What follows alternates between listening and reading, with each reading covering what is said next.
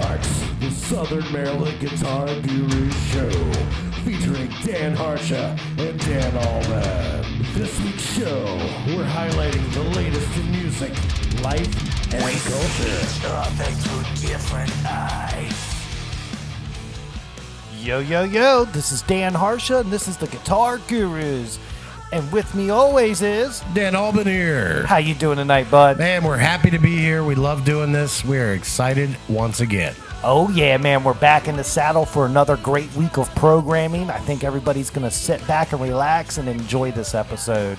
It's going to be a kind of long one. So we want everybody to get some beers and get ready to pop them as we go. That's right. Because it's kind of a special week this week. Yeah.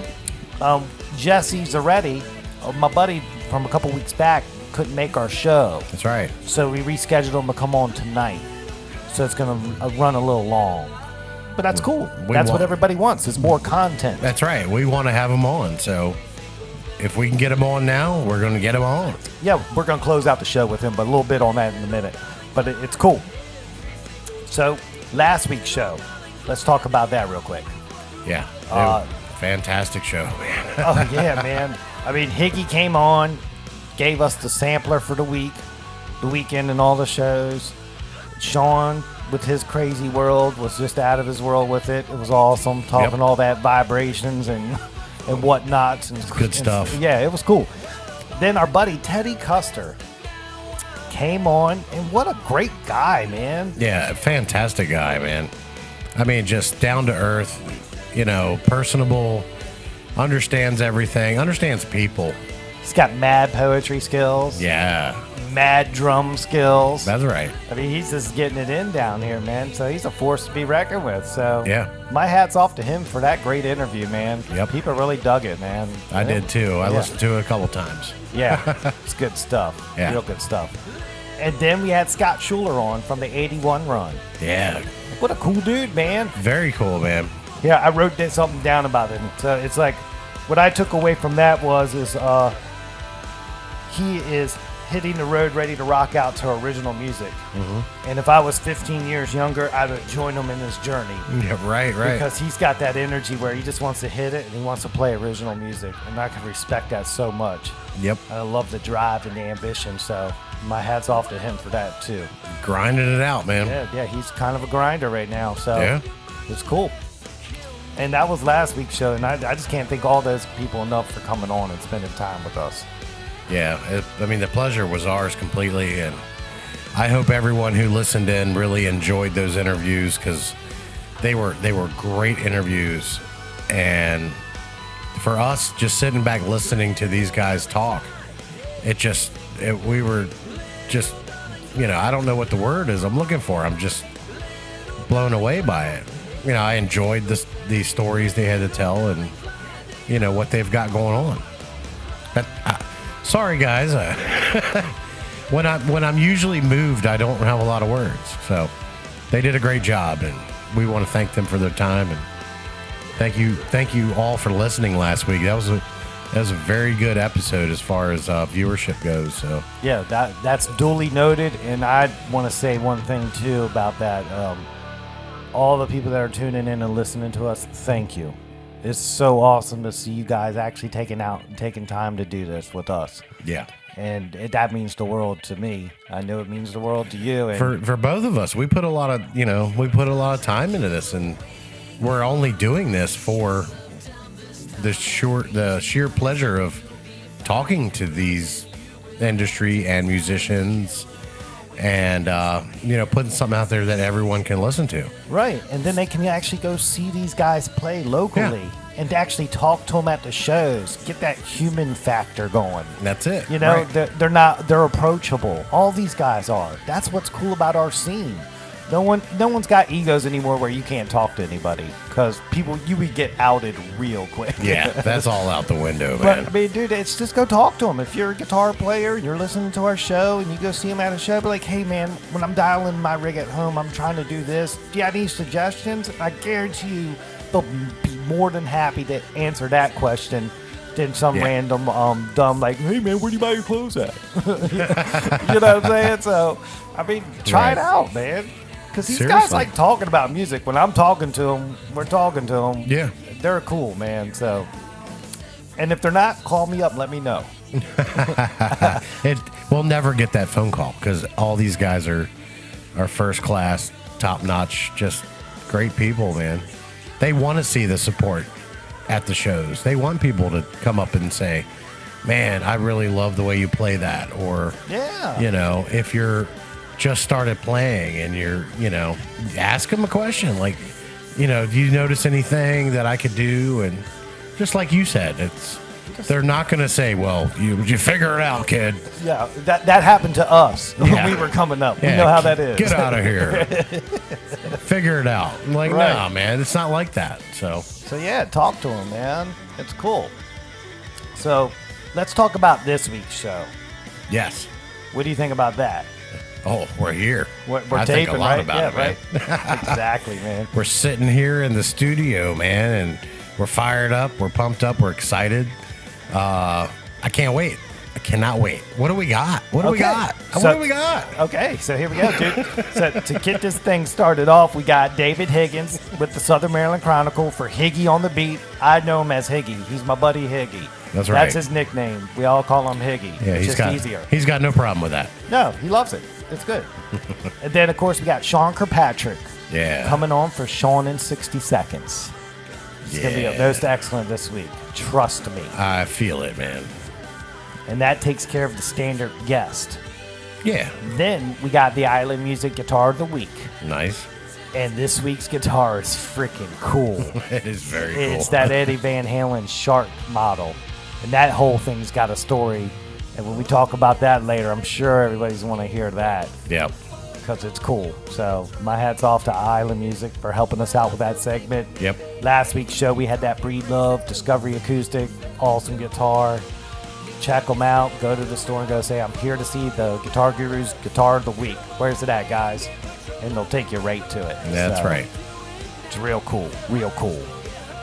All right. And then for our featured guest this week, first up on the Guru's docket is local studio owner Ron Vento. Yes. Nightsky Studios. He's going to be on the horn first up tonight. We're going to talk to him about recording in a studio. And I'm going to get with him and we're going to ask the basic questions so when guys that haven't been to a studio yet know what to expect when they get there day one. Help him out, help you out. It's going to be real cool. I got an energy about it. And I Good. think that'd be cool. So, so a lot of guys don't know what to expect when they go there. They just show up with gear. Right.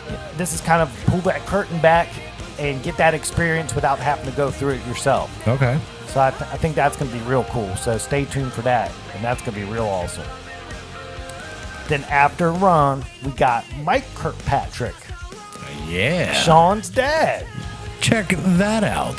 He's the live sound engineer at the Jetty Dock Bar and has been doing sound for a long, long time. Yeah, I can't wait for that. Man. So that's what's making this show really cool tonight. I Right. told you it was going to be cool. Yeah, I see where we're going with this. So he's second on the docket. And then third on the docket is our buddy Jesse. Yep. That's our reschedule from a couple weeks ago. So that's why it's going to be a little longer than usual. But I'm down with it, man. Yeah, it's going to be great. So you're talking about we've got somebody who runs and owns a studio. Yep. We've got somebody who runs live sound. Yep. There's another aspect. Then you've got Jesse at the end who composes. And Yeah, for Marvel. he's composed for Marvel. We'll give you the whole backstory. Yeah. But you're talking about all the different aspects between recording, playing live, and composing. There's a lot of information in this episode tonight. Yeah, it's episode 26. We should just call it Sound.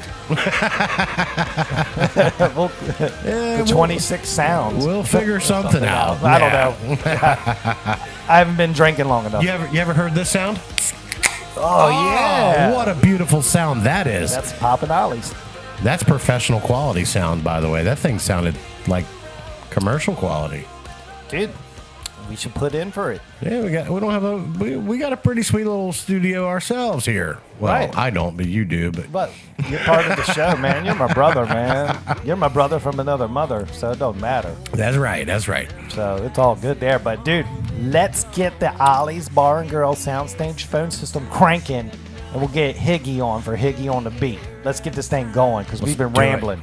Well, yeah, we're excited. I know, man. It's awesome tonight. So, give me some soothing tones while I get it Soothing cranking. tones.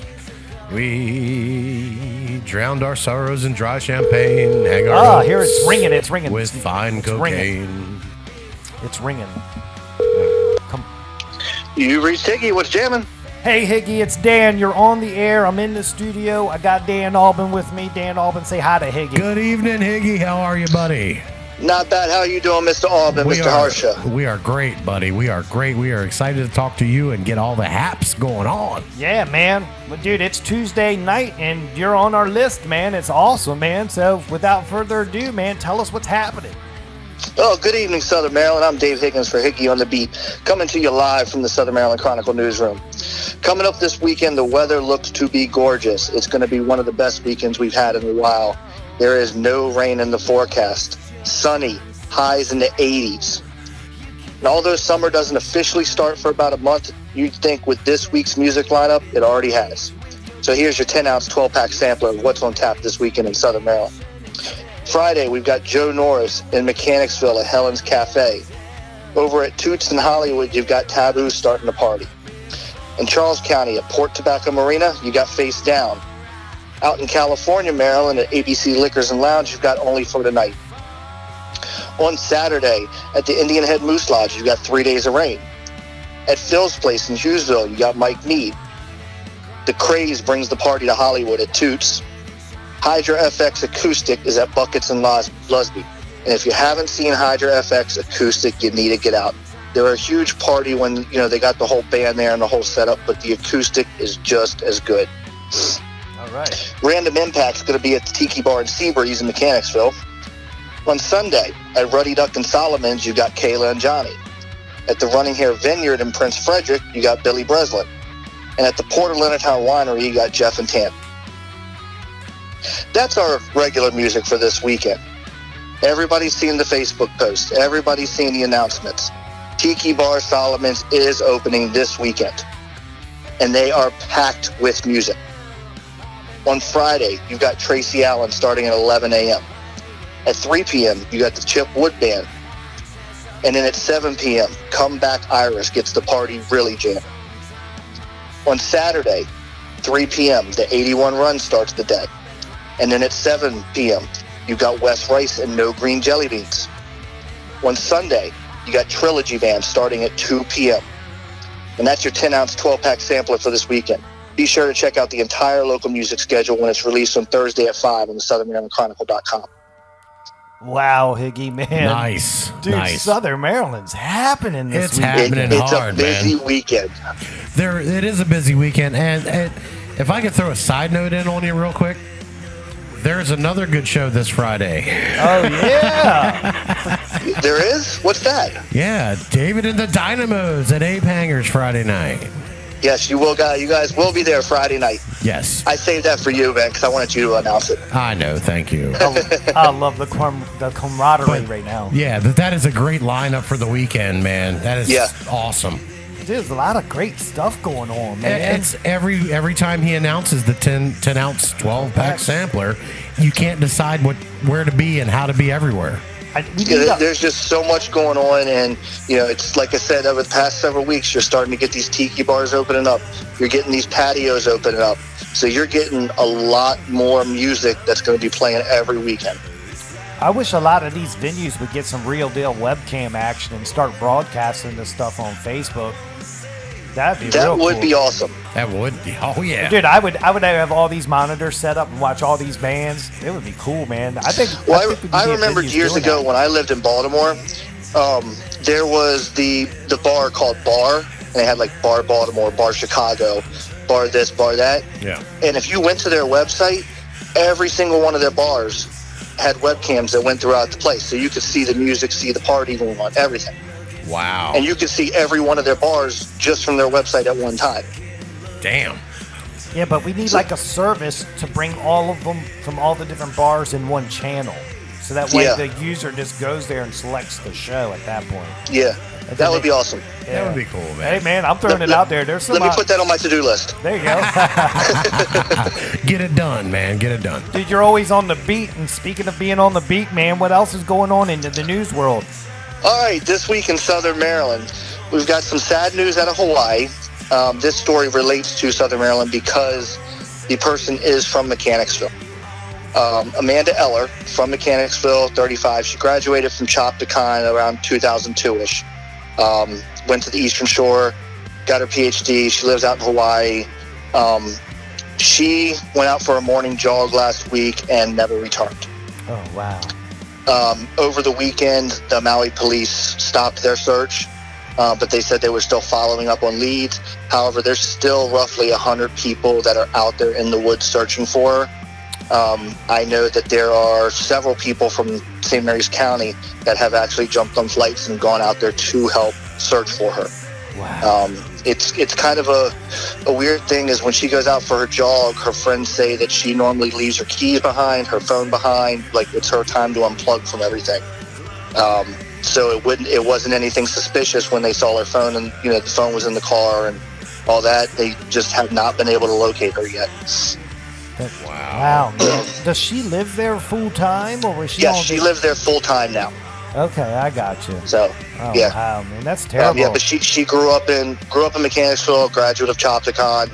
I do know from some of the Facebook posts from businesses around here, specifically Salt Cycle Studios, that she does come back from time to time. They've got some pictures of her being in the studio over the past couple years. So she still does come back. She still has family in the area. Gotcha, wow. man. So we're hoping that, they're holding, today's Tuesday, they're actually holding a vigil for her at the Leonardtown Square this evening. Gotcha. Man. Wow, man. So, earlier Tuesday, the Charles County Board of County Commissioners adopted their new balanced general fund budget of $425 million for the fiscal year of 2020. It's an increase of 5.1% from 2019. 48% of that budget is accounted for in the schools. They're going to be upgrading some schools, doing a lot of different things with the schools, including hiring some more teachers and educational assistants with those schools. 22% is going to the sheriff's office. I believe they wanted to hire 7 more officers within the Charles County Sheriff's Office. And then, some other things to keep the sheriff's office competitive. And then 15% of that is going into the general operating fund. And then for the rest of the county, it's kind of, very incremental. But those are the 3 biggest things that account for this $425 million budget. That's a lot of money. Yeah, just a little bit. Yeah, that is a lot of money. Right. This week, Governor Hogan signed some more bills that came through the General Assembly this year. A couple of the bigger ones that were signed was the age to buy tobacco products, including vaping products, has now been raised to the age of 21 in Maryland. Okay. They've done some tweaking to the health insurance enrollment system to make it a lot easier for people to enroll. They say it's going to help. I believe it was close to 75,000 people actually get health insurance now. Okay. Gotcha. All right. One of the big legislations that came out was the Lauren Wallen Act. Lauren Wallen and her unborn son were murdered in 2017. Well, this bill that was signed now makes it a felony if the person who commits a crime of violence against a woman who is pregnant, makes it a felony, and also imposes a sentence of up to 10 years on top of what they are going to get already for whatever charges dealt from the action. Oh, wow. So, like, if it's an assault that with a weapon and they're getting 10 to 15 years for it, this would add another 10 years to that crime. Good. It should be I guess more. you could kind of relate it to something like a hate crime. So Right. you get the regular charges for it, and then a hate crime charge can be added onto it, which you get more time. So this is essentially doing the same thing. You get your normal charges for what you committed, and now because the person was pregnant, you can have more time at it because of that. Yeah, I get it. So, last thing is St. Mary's County budget. This is the time of year when all the counties are getting the budgets together. Right now, there seems to be a fight brewing above the from the St. Mary's County commissioners about the budget, and it pretty much stems from the fact that 3 or 4 of the St. Mary's County commissioners want to raise the income tax on St. Mary's County residents, while one of them has been very vocal that he does not want to this does not want to happen. At the budget meeting today, this Commissioner O'Connor, was not able to attend due to a death.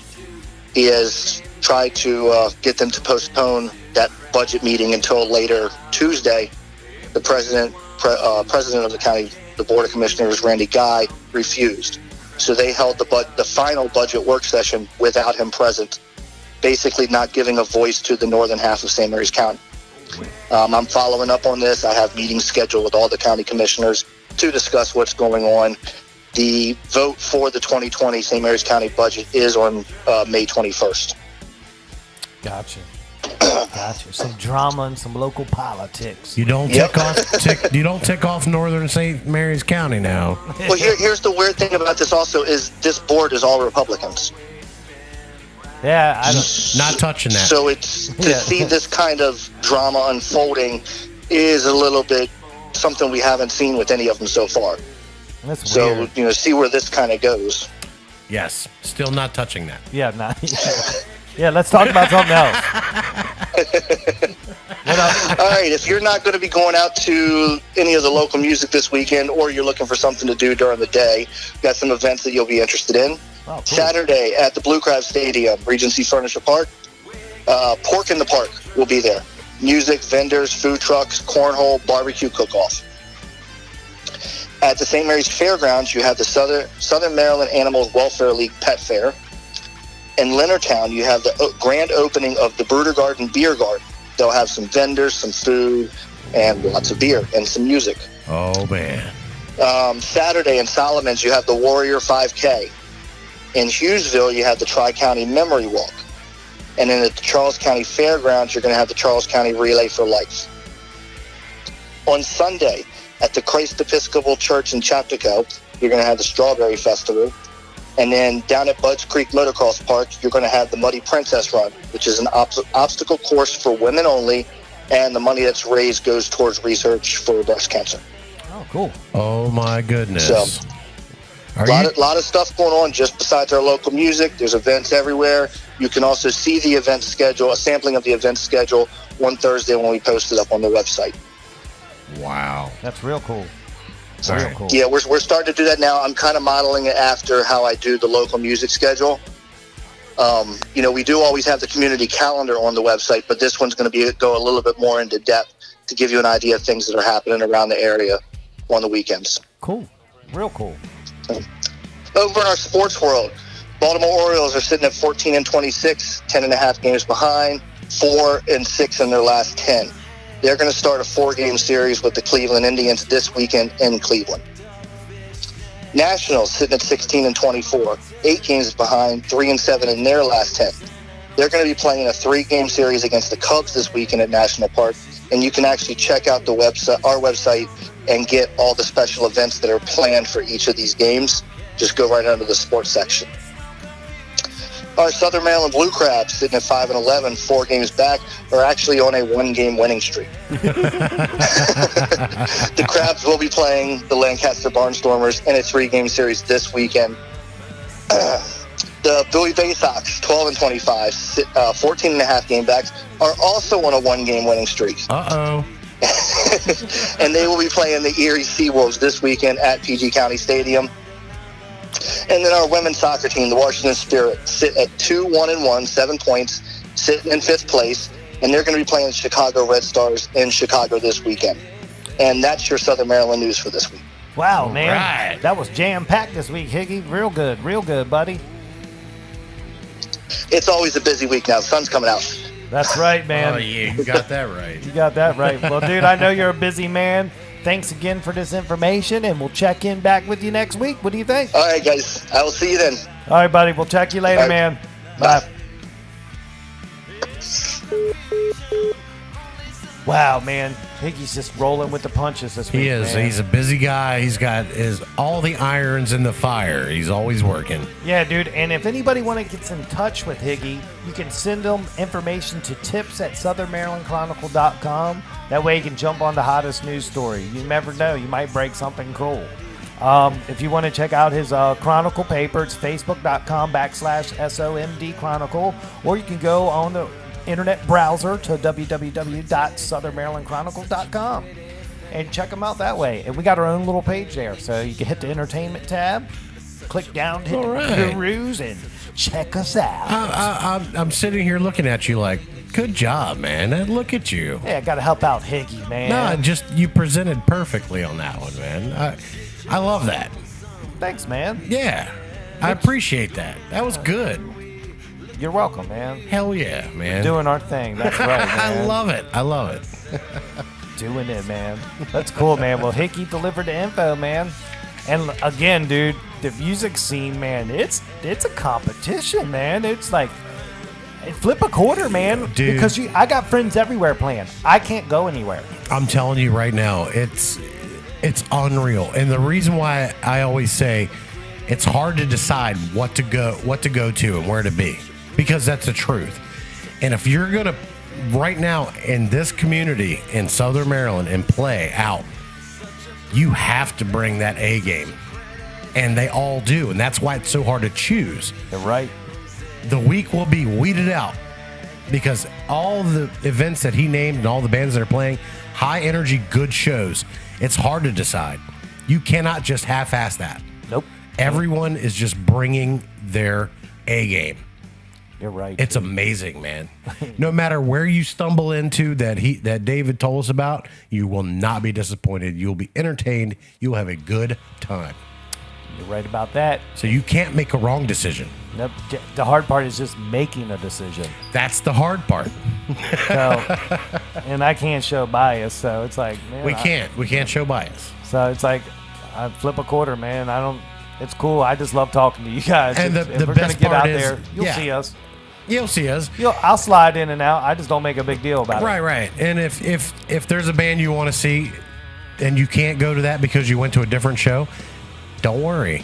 You will catch them again. Right. Sooner than later, because all these guys and gals, they're working hard. So they're always accessible. They're playing a lot. That's right. So it's great.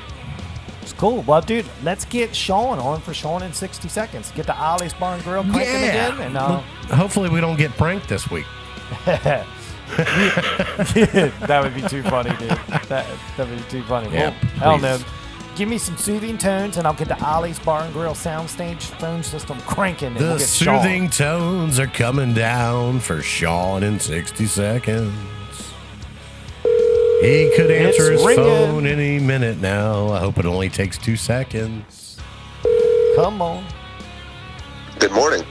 Hey, Sean, you're on the air, buddy. I'm in the studio. I got the mic lit, and I got Dan Alpin here. Dan Alpin, say hi to Sean. Buenos dias, Sean. ¿Cómo está? Oh man, I almost went with the Chinese accent too. That would have been perfect.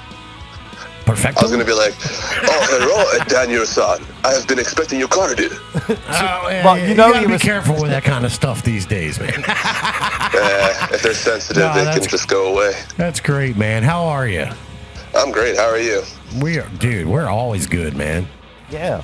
We got a Hell crank. yeah. Dude, we got a show cranking tonight, man. Yeah, man. I'm excited to hear this one. I bet, dude. We Me got, too. we got your old man coming up later on, man. Yeah. Speaking of him, write this down because you gotta ask. There's a couple things you gotta ask him about. All right, I'm Ooh. listening, so talk. All right.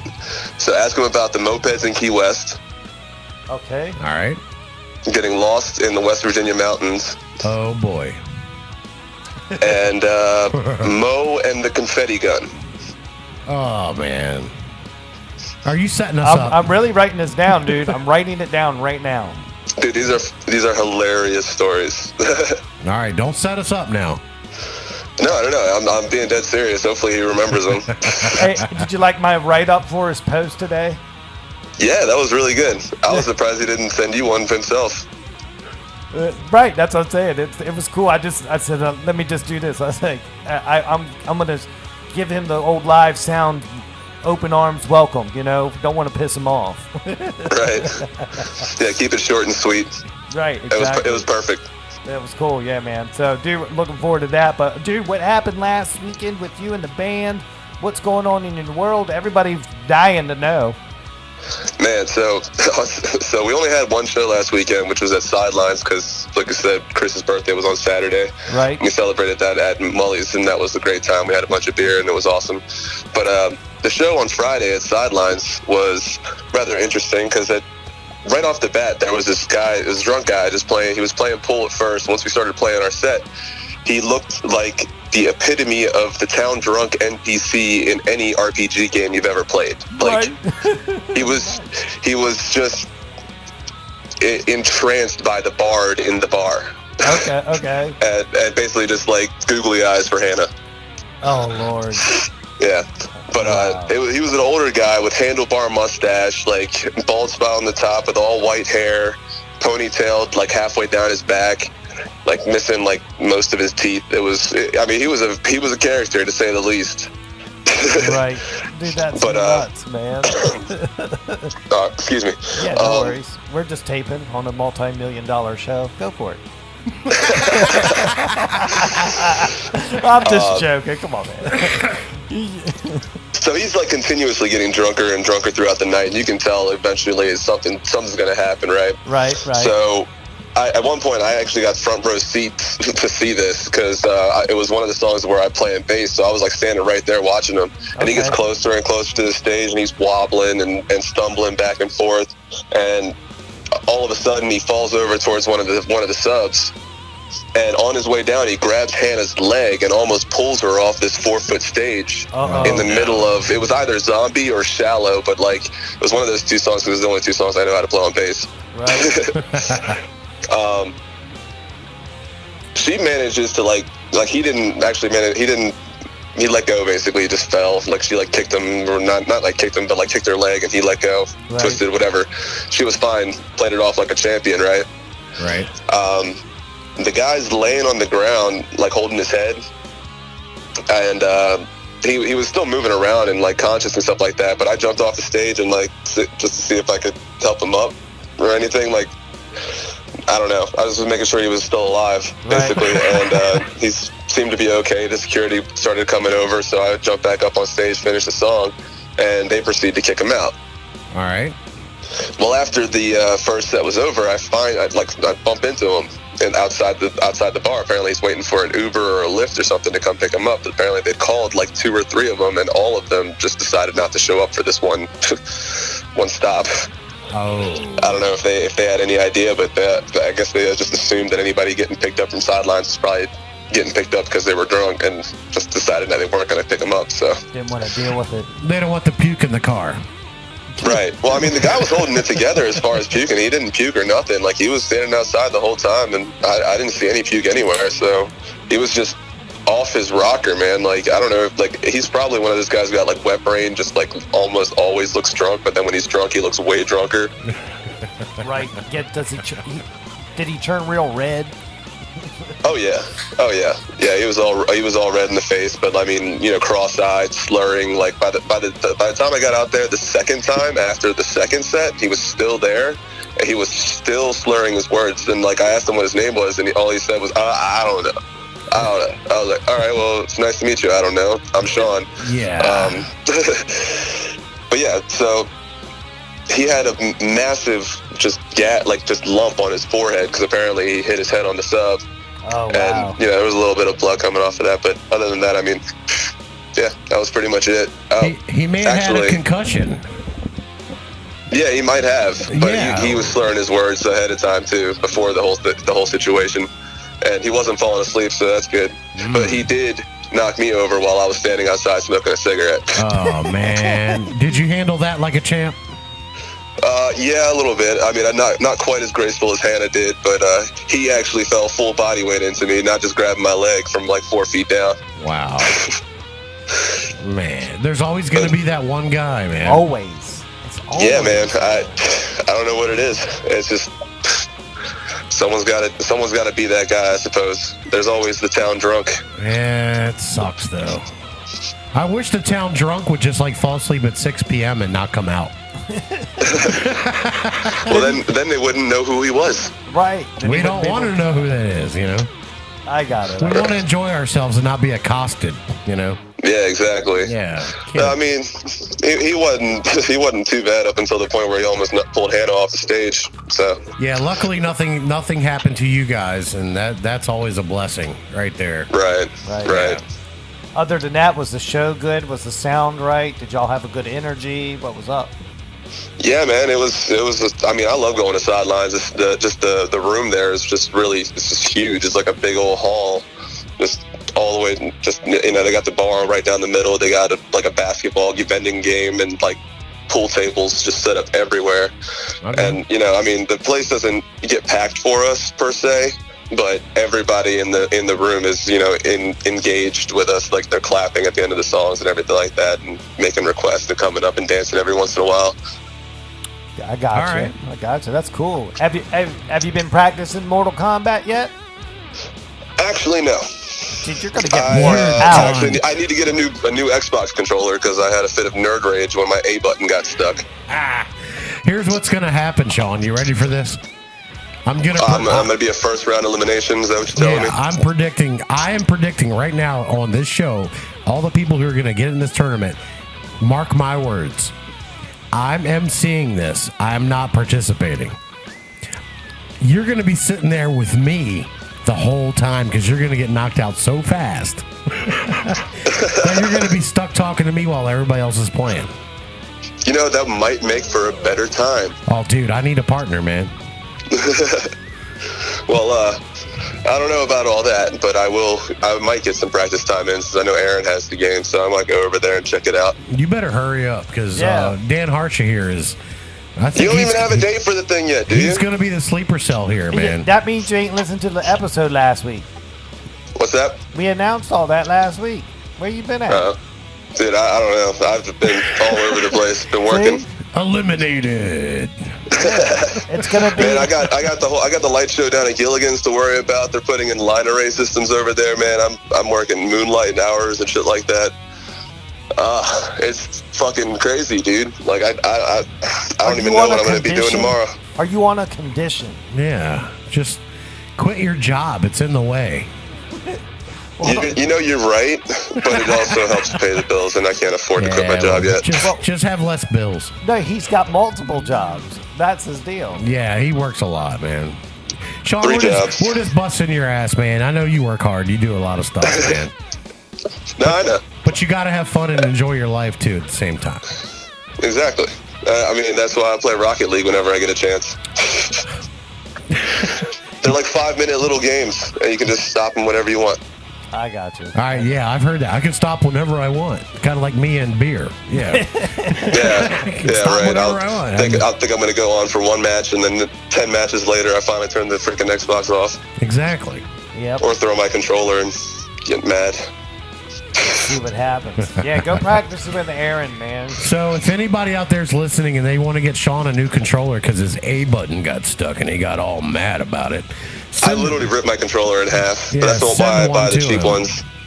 We can see if somebody will donate one to you just to get through this tournament. Well, aren't we playing it on PS4? Yes. Yeah, see, I have Xbox One. It's still the same controls, though. Yeah.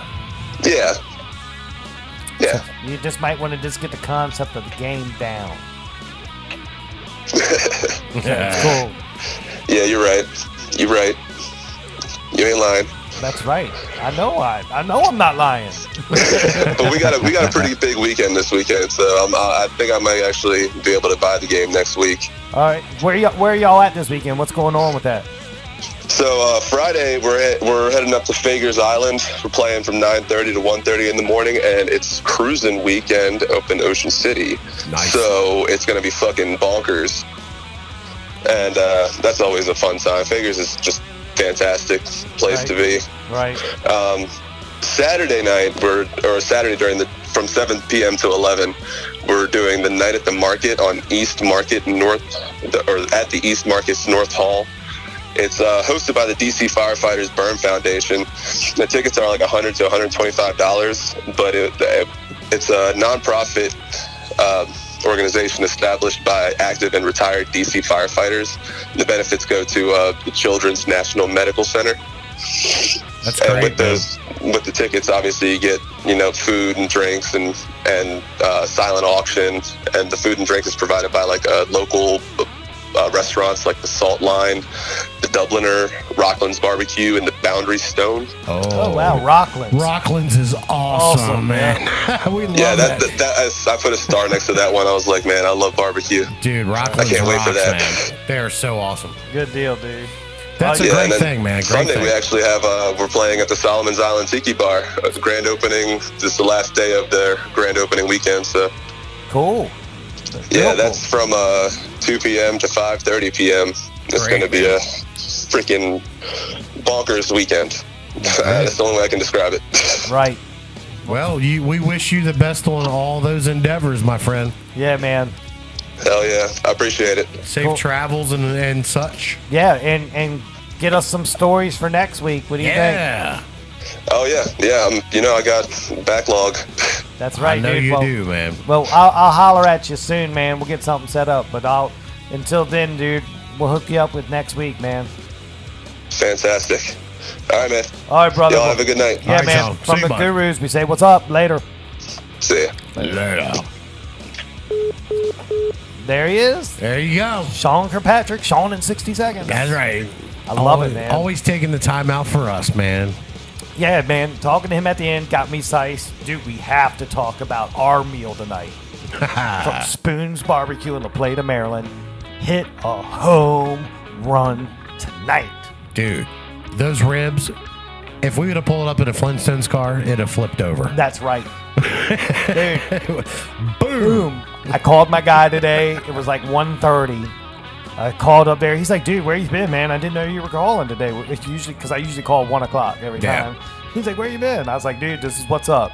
I gave him the order. He said, I got you.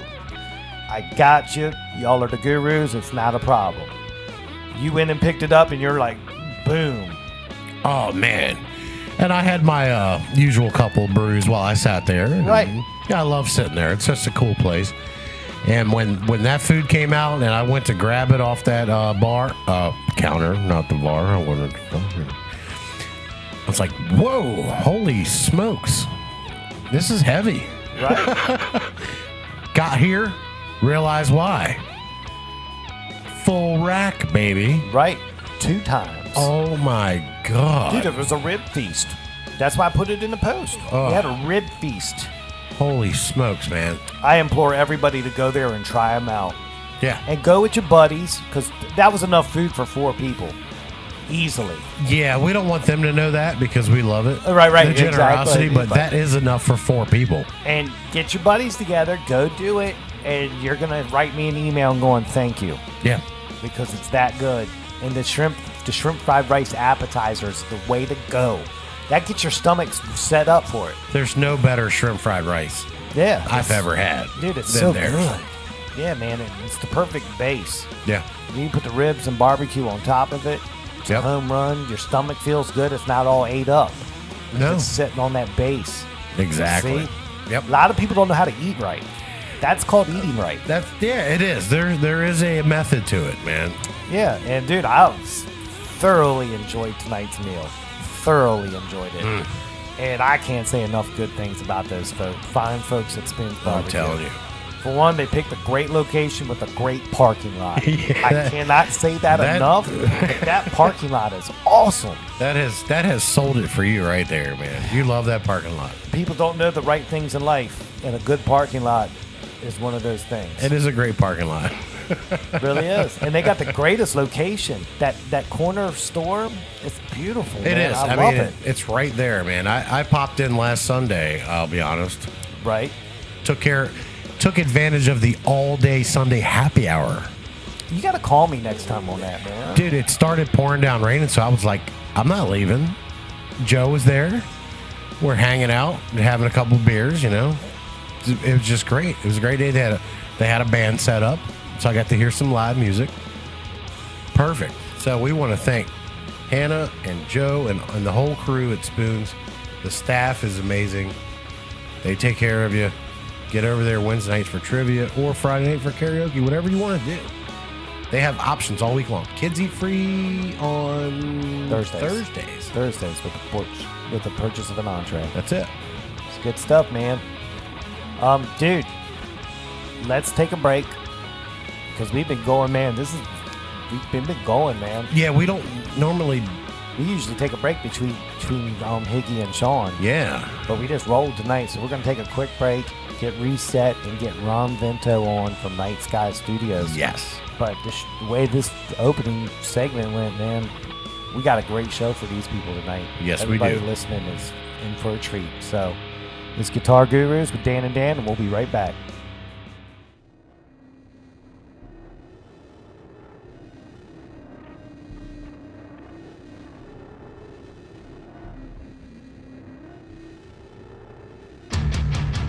Broadcasting from our 100 gigawatt radio internet thing that plugs into something else. It's WGUR, the Guitar Gurus. We see each other through different eyes. Yeah, man. We're back, man. Yeah. Dude, I'm feeling so happy and so great right now, man. Good. I can see that. Just the energy of the show so far, everything's just lining up great. And I just believe everybody's really going to get a kick out of this one tonight, man. It's just shaping up to be awesome. Yes, indeed. You know? Oh, then, you know, that gets you home every time, right? It doesn't hurt. That's for sure. Yeah, we're pumped, man. We are so pumped. We're excited. We've got just phenomenal content and guests tonight, so. Yeah, everybody seriously just sit back and get ready to soak up all the knowledge that's about to get turned up here on the show. He's got 3 cool personalities set up. Yes. And without further ado, we're gonna get the Ollie's Bar and Grill soundstage phone system cranking and get Mr. Ron Vento of Nightsky Studios on the horn. All right. What do you think? I'm ready, man. Awesome. Let's do it. Give me some soothing tones. I need some soothing tones. Nightsky Studios, Ron Vento, coming up right here on The Guru Show. Yeah, it's ringing, man. It's ringing. Come on, phone system. The ring sounds great. It does.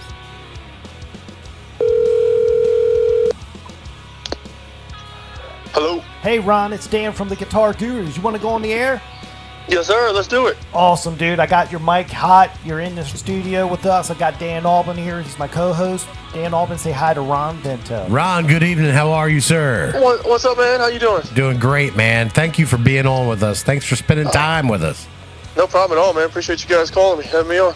Yeah, we're excited to have you on, man. Yeah, and Awesome. yeah, the listeners are really too, man. It's the buzz about this week's show is through the roof already on Facebook. Oh, that's great, man. I'm glad to hear that. Yeah, so when we have guys on for the first time to our show, out of courtesy, we always like to get your background and give you a second to explain how you came into music and why you're on the show. You know, so give us your quick, brief bio background and so we can get a little bit more comfortable with you. Yeah, no problem, man. No problem. I mean, from when I was a kid, I was always, into music, man. From the first time I, went over to my friend's house and we were listening to, Kiss records and things like that. So from there, man, I just decided that, I was definitely going to be wrapped up into music my whole life. I used to tell people in high school, I'm not going to work a job for sure. And, a lot of people believe me, some people didn't. But, you can see to this day, I haven't really worked a real job other than music-related stuff. So I kind of stuck to it, man. I went, down to Atlanta, went to a music school, halfway lived out of a van trying to record albums when I was younger, moved from state to state trying to just get stuff together, man. So I was real serious about it, From there, I just started, a couple bands in Atlanta. We kind of did some things, worked, some stuff did, some stuff didn't. I got to play with a couple of my, longtime heroes from when I was a kid. That was awesome. Right. Wow. Always made, had a vision to have a studio, started one down there, moved back to Maryland at some point, started one up here, then I got into business with another guy up in Clinton. And then, and eventually bought him out, man, and then started this place down here. But that's a super brief history, man, but I could go into, super details on it. Now, I think that gave everybody just enough to get your point across. You're well versed in what we're talking about, so it's cool. Oh, definitely, man, definitely. So Nightsky Studios, what is the current studio setup for you, man? What are you throwing down for gear, man? Now, I know it's called Guitar Gurus, but we're talking about studio gear in general, or just my guitar setups? No. This segment right now is about your studio. Right. Don't let the name of the show fool you. We talk about everything here. Yeah. Oh, okay, I got you. So, I mean, basically my studio, I'm running something called Pro Tools HDX. It's like the big boy of Pro Tools rigs, you know what I mean? But I have, like, other than just Pro Tools, everybody, has Pro Tools or whatever, but not many people have the HDX versions, which is, like I said, the big boy of the situation. But I have a lot of outboard gear, too, which is what a lot of studios don't have. I have a lot of API stuff, Chandler stuff, Empirical Lab stuff, Neve stuff, Manly stuff. I mean, there's so much stuff that I have. It's incredible, man. But my outboard is what makes the studio. I probably got literally a Mercedes-Benz and outboard gear, and that's not even trying to be funny. That's being literal. Probably a Mercedes-Benz sitting in my racks, Right. Wow. Dude, that's awesome, man. It's really too much stuff to get into. I mean, I don't know if any of your listeners are super into recording gear, but if they are, I just recommend they go over to nightskystudio.org and look at the gear list, because it's pretty intense, Right. That's perfect. That's exactly what I wanted you to say. Yep. Nice. Tease us with the good stuff, and then plug the site. Go check it all out there. Yeah, it's a lot of stuff, man. I mean, I've been building this place since I was 15 years old, so you're talking over 30 years of building studio. And you've kept all your gear over the years. I've sold so few pieces. I can't even count the stuff I've sold on one hand. I generally will keep everything. So many people come in here and say, hey, you want to sell this, you want to sell that? And 9 times out of 10, the answer is no. I probably sold 5 pieces of gear my whole life, just because you never know when you're going to need that one piece of gear for that one situation. It could be just the dumbest piece of equipment, the most low-cost thing, but you just never know when it's going to come into play, Wow. So, Dude, I don't sell much. That is incredible to have that option with all those pieces in play like that. I mean, when you're running a commercial facility, it's almost like you have to have what you have, and then have backups of all that stuff. It's like something goes down, you can't just stop sessions right in the middle of work, Right. Wow, man, that's cool. So how is the studio business? Are you always booked? Is there a waiting list? How do you do that? Generally, for weekday work, you can probably get inside of 2 weeks at any given time. Sometimes my weekends get filled like 2 months in advance. But generally, you can always get in inside of 2 weeks if you're flexible on your schedule. It's very rare that we get a lockout for 3 weeks at a time. I mean, when we're doing super big records, it happens, but it is very rare. So yeah, especially most people are not booking giant chunks of time anymore. But as a studio as a whole, I mean, we do have up and down periods, but I mean, I've been in this spot for 15 years, so, it's always enough to keep the doors open and, feed my family, you know what I mean? Yeah. Great. That's great, cool, man. Yeah, people always ask me, it's kind of an insulting question in a way, but the first thing they'll say is, what do you do for a living? And I'll say, I work at a recording studio. And then it follows up with, well, is that all you do? It's like, what the hell do you mean? Is that all I do? I don't even know. That's not enough. I don't understand, man. That's not enough to do. Uneducated people, man. Just they don't understand how much work goes into that. They really don't, man. It's running a real business. It's like a legitimate business, and it takes a legitimate amount of time. Like, it probably takes more time than just having a regular job, Oh, yeah. But, dude, it's running a business, and then you got to record the music. No doubt, man. Yeah. It's a pain in the butt sometimes. Yes, I get it, man. It's just like a little bit of an insulting question, but I get the gist of it, though, because like you talk to literally every single person in the world has a studio. So if you say that to someone, they immediately think you're sitting in your bedroom just recording your friends or something. Because the commercial studio is a dying thing. I mean, look how many multi-million-dollar studios have shut down over the past 10 years. True. That's true. Just got to keep your operating costs down so that way you can have affordable rates where people still want to have that experience.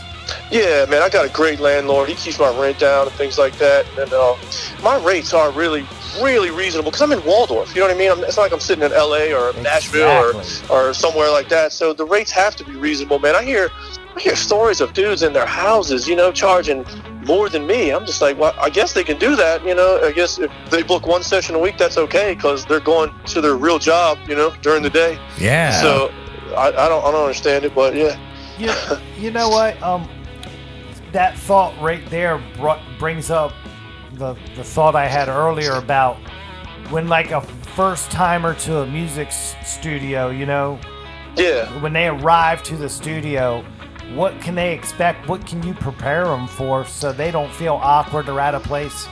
Yeah, well, I always try to have a preliminary meeting, especially if you're dealing with a band, you know what I mean? If you're just dealing with a rapper or something like that, you can pretty much come in and just knock out a song, no problem. But if you're dealing with a band, me personally, I always try to have a preliminary meeting, like half an hour, so I can sit down with the band and just explain things to them. So that's the first step. I try to talk to them. But, you know, there's a lot of misconception with these new guys coming in that, you know, we're going to come in, we're just going to set up our equipment, and we're going to play, and it's going to be done. And they think they're going to be in and out of here in 2 or 3 hours and record an EP or something. And the main thing is to understand is it's not that type of a process, you know. Even if you're making a live record, it still takes way longer than you think. So time is a big concern to new bands, because a lot of people don't have a lot of money. But at the same time, my whole philosophy with these new guys are, hey, let's not work on an album or an EP. Let's work on a single or 2 songs. Let's get the best quality we can possibly get, you know, without, you know, sacrificing anything. Forget doing a whole record. Put out the best 2 songs you can make,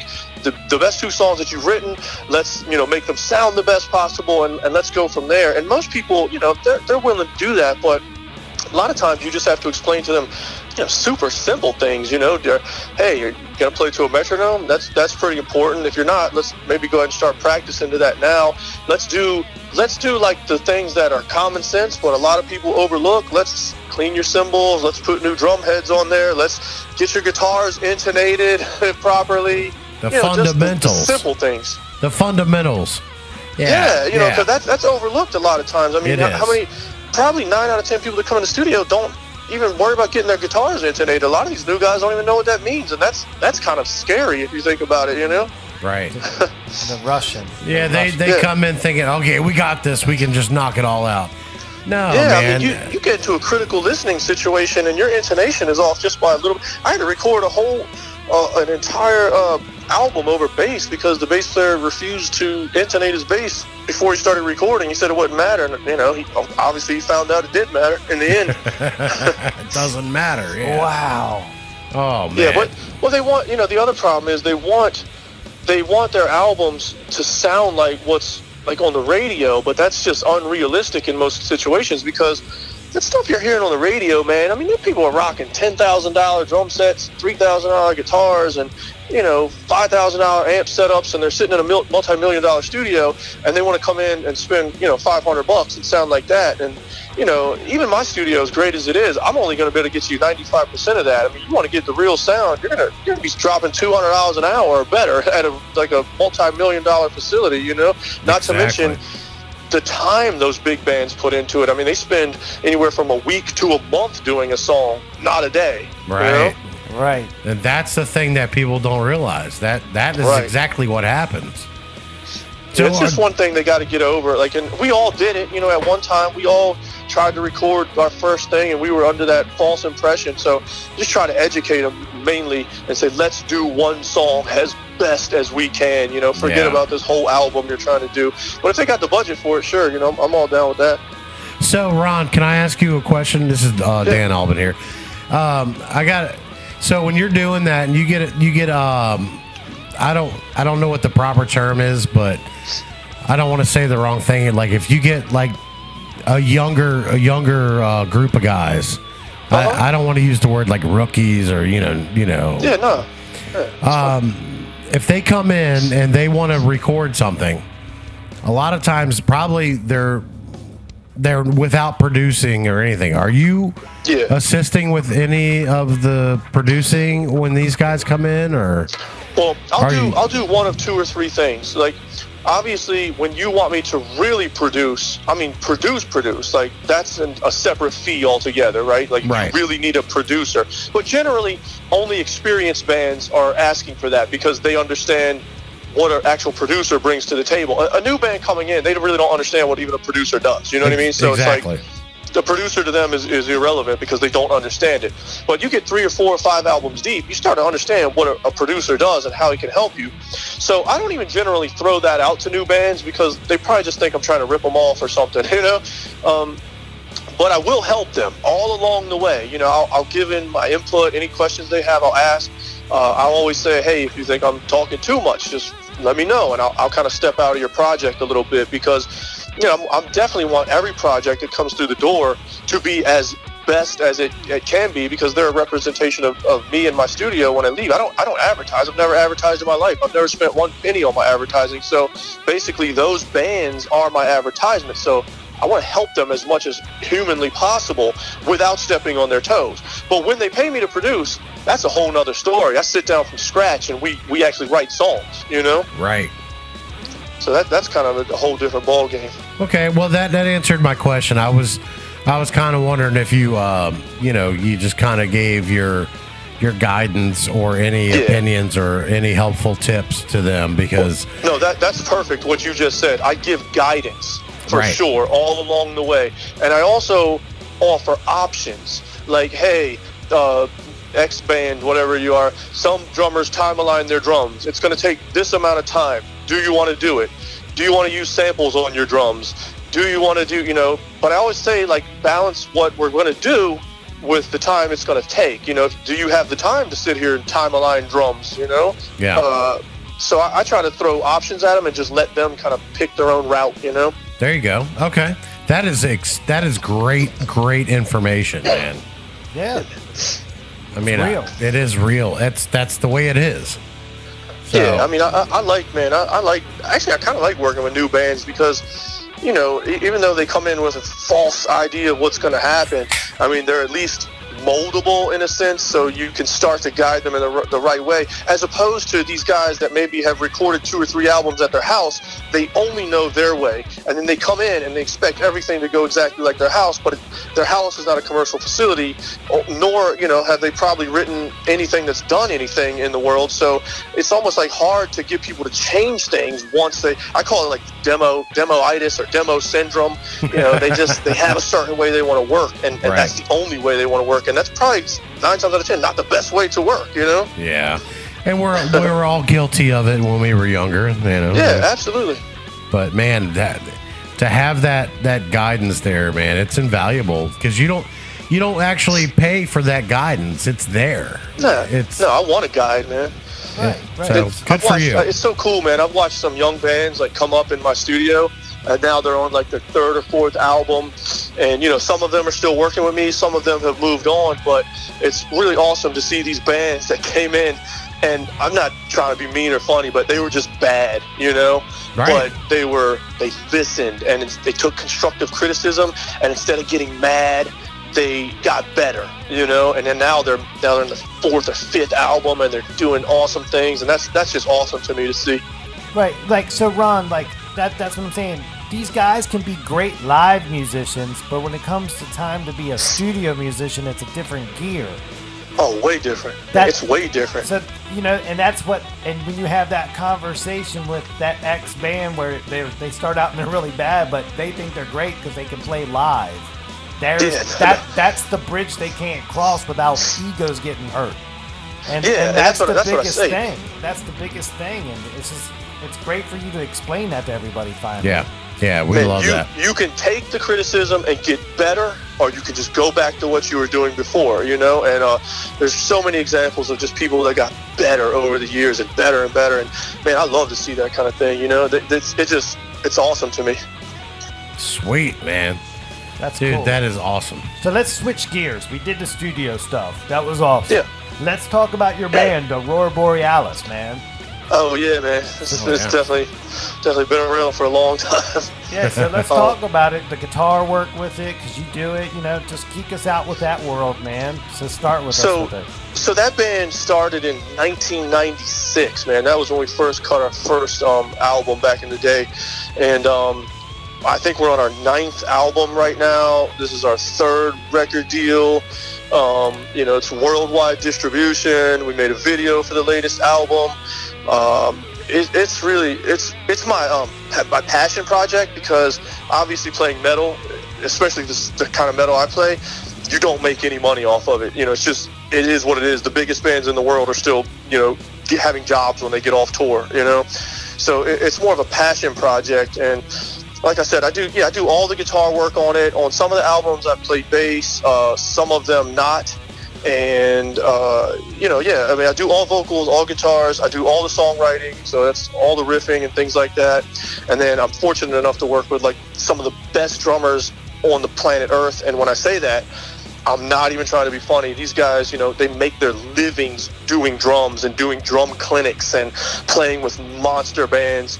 One of my drummers, man, he's like the drum tech for Megadeth, and he's played with Megadeth, and he's played for bands like Dimmu Borgir, and they're all endorsed by mega big drum companies, and it's really awesome, man. So I've been fortunate with my band for sure. Nice. Wow. But it's a lot of hard work, man. That's another thing that kind of gets to me sometimes. Everybody says, oh, you're so lucky, whether it be running a studio or playing in a band. Like, let me tell you something. Nothing is luck. It's all hard work. I mean, when I come home from school, I didn't play video games and sit down or go outside or whatever, man. I play my guitar for 8 hours a day, I kept a practice log when I was like 15 years old. What 15-year-old keeps a practice log, You. That's who. Exactly. I didn't. I tell you, man. I won't lie, man. I was coming up. I got consumed by the video games and I remember I did both. Well, it's a good, look, man, everyone has to have hobbies of some kind, but I just think in order to be a professional at anything you do, you have to take it serious. So if you're spending 3 or 4 or 8 hours playing video games and 1 playing your guitar, there's a good chance you're probably not going to be a professional guitar player. You know what I mean? Right. Exactly. Yeah, it's just like anything. I mean, you could relate it to basketball. Those professional basketball players, they probably were playing basketball for 8 hours a day, Right. Oh, yeah, man. So I just really wanted to be a musician, man. That's what I wanted to do, and in order to do it, you have to take it serious and you have to take it to the next level, man. I wasn't wrapped up into even toys or anything like that when I was a kid. I was just wrapped up into music, Nice. Wow. That's cool, man. That's real cool. So what's your current guitar, man? My favorite, or just what's I have racks of guitars, man. I got you. So all right. So what do you rock out just as a quick, easy, down and dirty player, and then what's your ultimate favorite one?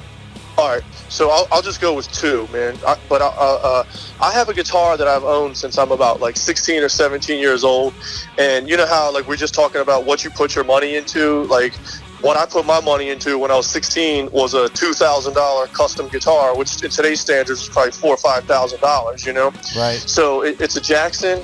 It's customized specifically for me.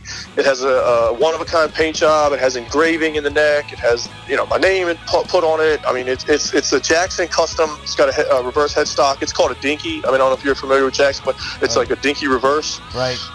But it's my main. It's the one that's been used on every single Aurora Borealis album I've ever done in my life, and it's just my guitar, which is why it's my favorite. It is only one of them in the world, Right. That's real cool. Now, my current favorite to play. Last year I just got a PRS Custom 24, and it's one of the 10 top editions, which is the top 10% of the wood that they select. So that's pretty badass, and it's got a Sustainiac put in it too, which is really awesome to just play around with, because I do pop music too. Right. And it's really awesome to have that guitar because it sounds amazing on pop records, and with that Sustainiac I can do things that I can't do with a regular guitar. So that's like the two guitars I use most. You know, and I got some really awesome. I got a guitar that was actually owned by Dave Mustaine from Megadeth and toured with him. So I got lots of awesome stuff. But those are my two favorites. I got you. That's cool, man. I'd love to see a picture of that guitar, man. Right. Which one? The Mustaine? Yeah. Yeah, man. I traded his roadie for you know what? Remember the Signature Series Stevie Ray Vaughan Strats? Yeah, yeah. But they weren't like, you know, they were like $1,000 or whatever back in the day. So I had access to a music store and get things at cost. So I literally just bought a SRV Strat and traded it to Megadeth's roadie for Dave Mustaine's guitar. And it's awesome because the road case has all the Megadeth stuff all over it, all the tour stickers and whatnot. And the guitar is pretty flawless because it was his backup guitar. So it only got played very limited on, I believe it was the Rust in Peace tour. That's the tour I think it came off of. Well, that's the best tour. Wow. Yeah, that's a good record, right? Oh, Damn, dude, that's man. like every kid's. Dude, I grew up trying to play that whole album, man. Right. Yeah. That's the That's a stomping. sick. What about that solo, man, on Tornado of Souls? That's a sick solo, man. Yeah. Dude, my buddy Micah Nepper played it at our high school. The solo for the Tornado of Souls song? Yeah, their band played that song, dude. It was legit. Dude, They brought down the house. That's a tough solo, man, too, because Marty Friedman is no joke. When I graduated from Atlanta Institute of Music down there, we got to play any song we wanted to, and I was really heavy into thrash music. So me and a friend of mine, remember that song Hangar 18 with like the million solos back and forth, back and forth, back and forth. Yeah. Yeah, so we played Hangar 18, man. That was so fun. And we man, it was just a good time. It was just fun playing with another guitar player equal to your level, so you could just go back and forth and everything was flawless, man. And we had like really good kids in that school, man. Like great musicians. So that was an awesome time. So I know what you mean, man. Playing Megadeth is fun. I mean, dude, If you can play it, yeah, it's got to be a great time. Yeah, well, I think anybody could play something like Dave Mustaine's solos because they're very just, chromatic and right up the neck. But when you start playing the other guys in Megadeth solos, like the Marty Friedmans, the Chris Polans, and all these guys, that's where it gets tricky. Mustaine is smart enough to know he's not the greatest lead player, so he better get a good lead player. You know? Right. exactly, dude. I'm still geeked out with Dystopia, man. I love that album, man. Yeah, it's a great record, man. Oh, hey, they're one of the few bands that have stayed sort of true, man, over the years. Even though they had some bad records, I was really heavy into thrash music, so that's why I like them so much. Dude, I can't get it out of my blood, dude. I thrash everything I own. I'm the thrash guy. I come up with thrash riffs every day of my life. Yeah, on purpose. it's true. I It's always true. consider making a thrash band. I'm like, let me make a thrash Dude, band, man, because I'm in. it's awesome. I'm in, dude, and it's old school, early '80s thrash. That's my deal. Yeah. That's my deal. Well, I love that too, and I love it mixed with like European thrash is my favorite thrash. So like when I say that, I mean bands like Creator, Coroner, Sodom. All those bands. Those are my favorites. And then my second favorite is obviously the American thrash. Like your Overkills and your Megadeths and things like that. Yeah, man, you're geeking me out, dude. Yeah, well, you can hear a lot of if you listen to my albums, man. Even though it's sort of technical death black metal, you can hear thrash influence throughout all of my albums, man. Right. I'm gonna have to dig deep in there, man, when I get some time. Yeah, just let me send me your. I'll send you everything for free, man. Just listen, just send me your email address. I'll send you everything. Yeah, dude. I'll hook you up, dude. Definitely, man. That's awesome. Awesome. Nice. Well, cool, dude. Well, we got one more question for you before we let you get out of here, dude. And it's our signature question. Yeah, what's up? We call it best gig, worst gig. You can answer in any order you want, but you got to answer both. So after all your years of jamming and touring everywhere, what's your best show and your worst show, and why? Well, my best shows are just going to bore you, but my worst show probably won't. But honestly, man, my best shows were always just playing in my hometown, like not my personal hometown, but where I moved to down in Atlanta. Because all our fans were there, we could pack places out, and it's not like today, when you go watch these like cover bands play or whatever, and it's like in a little bar and it's like a couple lights or whatever. I mean, back in the day, you played a show, it was a show, Right. So we were always, in our hometown, we could always set up our full craziness, our theatrics, and all this stuff, man. So it's kind of boring, but honestly, just places like the International Ballroom in Atlanta, the hometown of the band, was the best shows of all time. And quite frankly, not when we were opening for a bigger band. I mean, that's cool, and everybody wants to open for bigger bands, but I just like when we were headlining in our hometown. That's awesome, Right. That's a great feeling, man. But I'll tell you the worst gig, man. It was crazy, man. We were touring, and then somebody from some band or our band, I don't even remember who it was, booked us a show, man. And it was somewhere like I know it was in Alabama. I just couldn't tell you the town. Probably outside of Mobile or somewhere like that. But so we don't even know where we're playing. And, we're in this van or whatever. We're driving down this rocky road in the woods, in the mountains.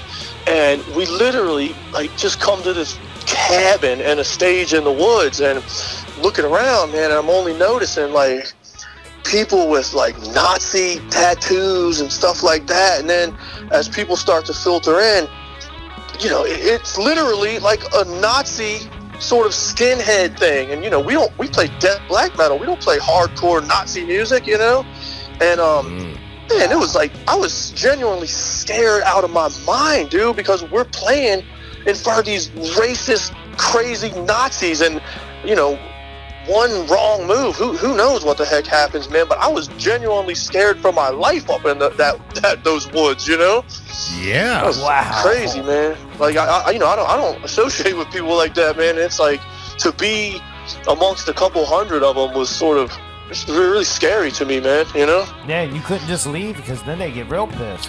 No, man, we couldn't leave because there was two other bands and we were playing last. We were like the big band, the big draw or whatever. And man, if we left, we got this 10-mile dirt road mountain to go down. I mean, ain't no way we're leaving, but at the same time, very uncomfortable situation, man, the whole way around. And that's my worst gig, just because I was scared, dude. I'm not scared much of anything, but surrounded by people like that you're just not used to and you don't associate with, man, that was scary, because those people are crazy, Yeah, that's uncomfortable, man. That's I used to play in some bands with some scary dudes, man, but these guys, man, I was fearful for my life, Those guys, the worst thing you had to worry about is getting stabbed by your own friend, having a good time. Yeah, man, I'm telling you, man, that was the last time I let any sort of person I didn't know, I think it was booked through one of the band members' friends or something like that. And I'm like, look, that's the last time that kind of booking is happening. All the bookings have to be through one of us and verified, because I mean, it's common for bands not to know where they're going. They just show up at the venue and play. But how do we get in the woods? That's what I was trying to figure out. You know what I mean? How did it have power? What's that? How did it have power? Yeah, man. Yeah. I mean, we got our usual, it's I think they just took the gig because, the paycheck was there and everything was good. But sometimes that paycheck isn't worth what you're going to do, man, No, not like that. Not like that at all. Yeah, man. That's some crazy stuff, man. I played a lot of crazy shows just with madness that happens, obviously. I mean, crazy madness, because you're going back. You're going back to when touring was touring, and it wasn't just you pack up and go to your local bar. It's this is when music was a thing, man. People were touring, right. Even you could be a small band and you could still get on tours, Yeah. And there's lots of madness back in the day, man. But that was the scariest thing ever for a band, Well, thanks for telling it, man. That's awesome. Makes for great radio. Makes for great radio. I completely understand. I didn't have that extreme, but I know what you're saying. That's bad, man. Yeah, dude. Anytime you worry about your life, you're in a bad situation. Not cool, man. But I gotta tell you, Rob, we appreciate you telling us these stories. These are great, man. No problem. I enjoy talking about stuff, man.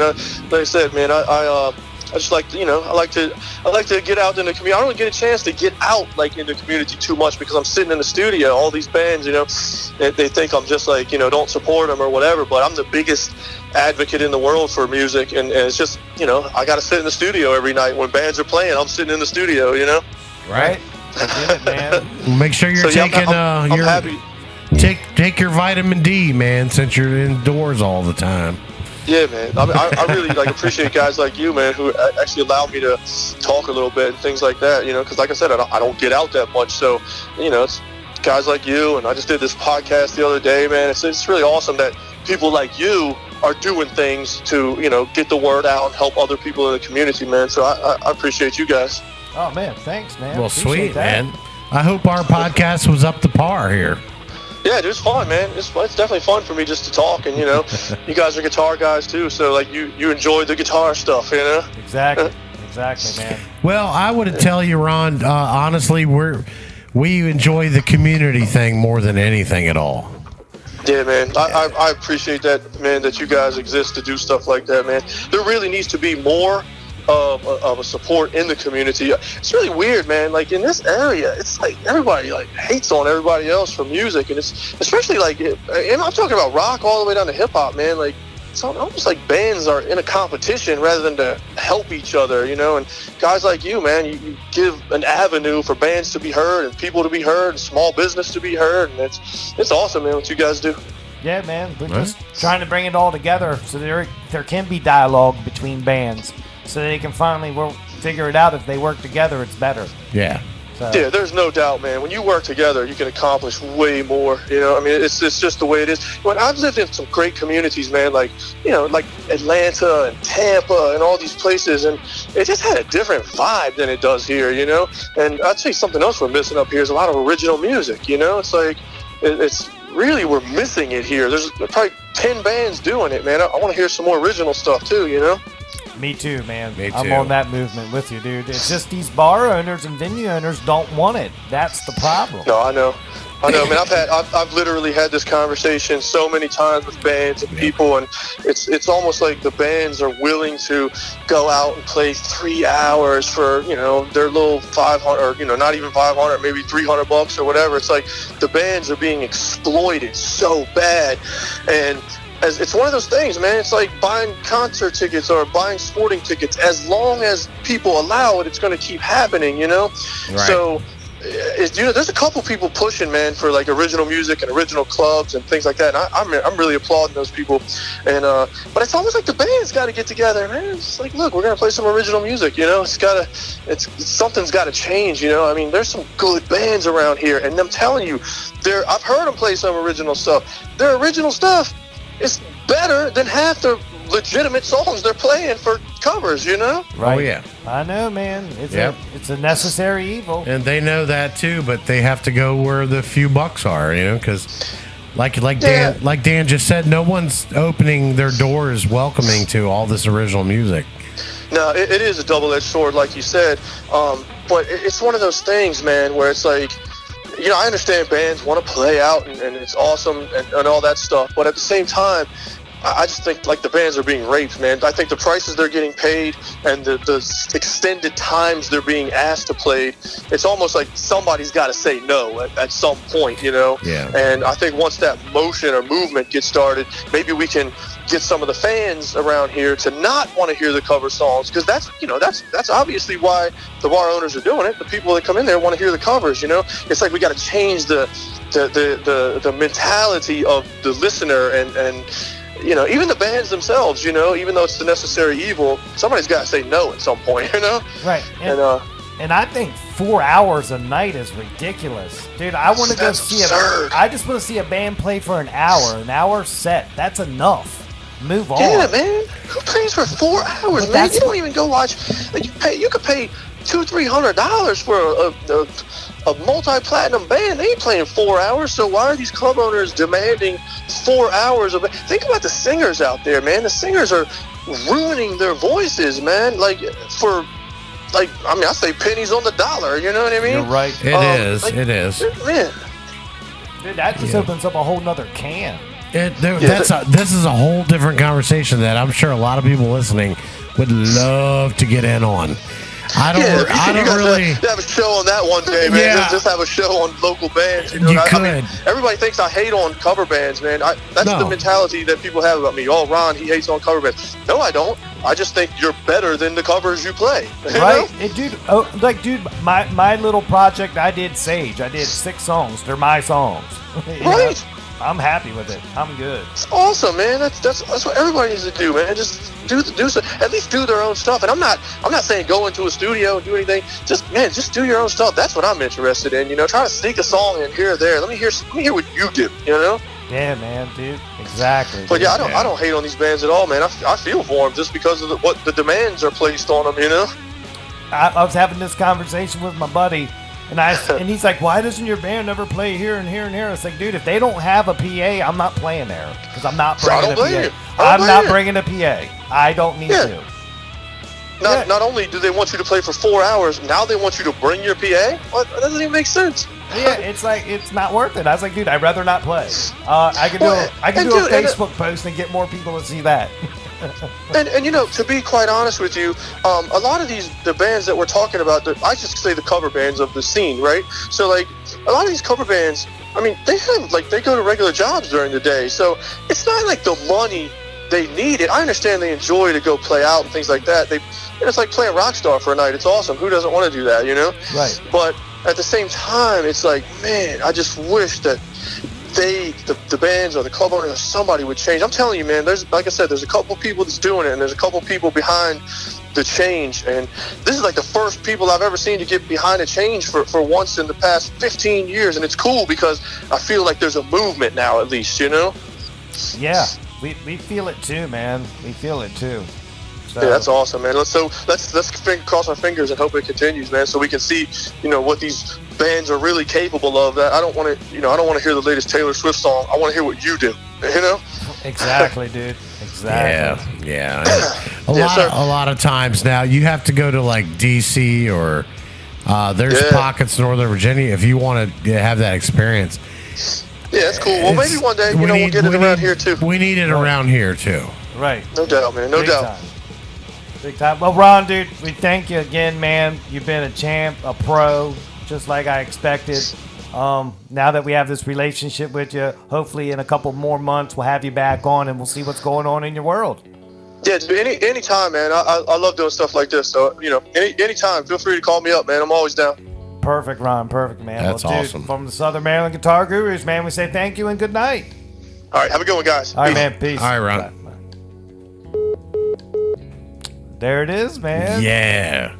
Well, I can see a future episode with him just on some of the topics we touched on. Dude, there's some serious topics there. Oh, yeah. And I hope the guys that are listening right now are really paying attention to it. Yeah, and don't take offense to anything that he came across with because he's seen a lot and he's shooting it straight. That was all just the honest conversation. That's exactly right. I mean, dude, if you're in a band and you want to play a 4-hour night and blow out your voice or jam it down, go for it. It's just right. Just realize what you're doing, you know. Yeah, and I'm talking like with the aspect of coming into the studio with the misconception that you're going to record an EP in a day. Look, it's not going to happen. It's not going to happen. No. You want to record 5 songs on your own in one day? Do it from home and see how it turns out. Don't go to a studio. You go to a studio when you have your shit together, man, and you're ready to do it for real. You come in there with 1 or 2 of your best solid songs and be ready to take not the criticism, but the guidance and opinions of, hey, you can listen to the interview with him. Ron will tell you straight up. You don't need to come in there thinking I'm doing 5 songs today. If you do that, you've already, I don't know. Right. Unless you're whoever. Nice. Yeah, right. Whatever. So, Ron, that was awesome, man. Yeah, Nightsky Studios. We appreciate the time spent with the gurus, man. Good job, man. We appreciate that. Yeah, man. That's cool. Let's take a quick break. We'll come back and get everything lined up. What do you think? I love that idea. Perfect. Cool. Let's Guitar Gurus with Dan and Dan. We'll be right back.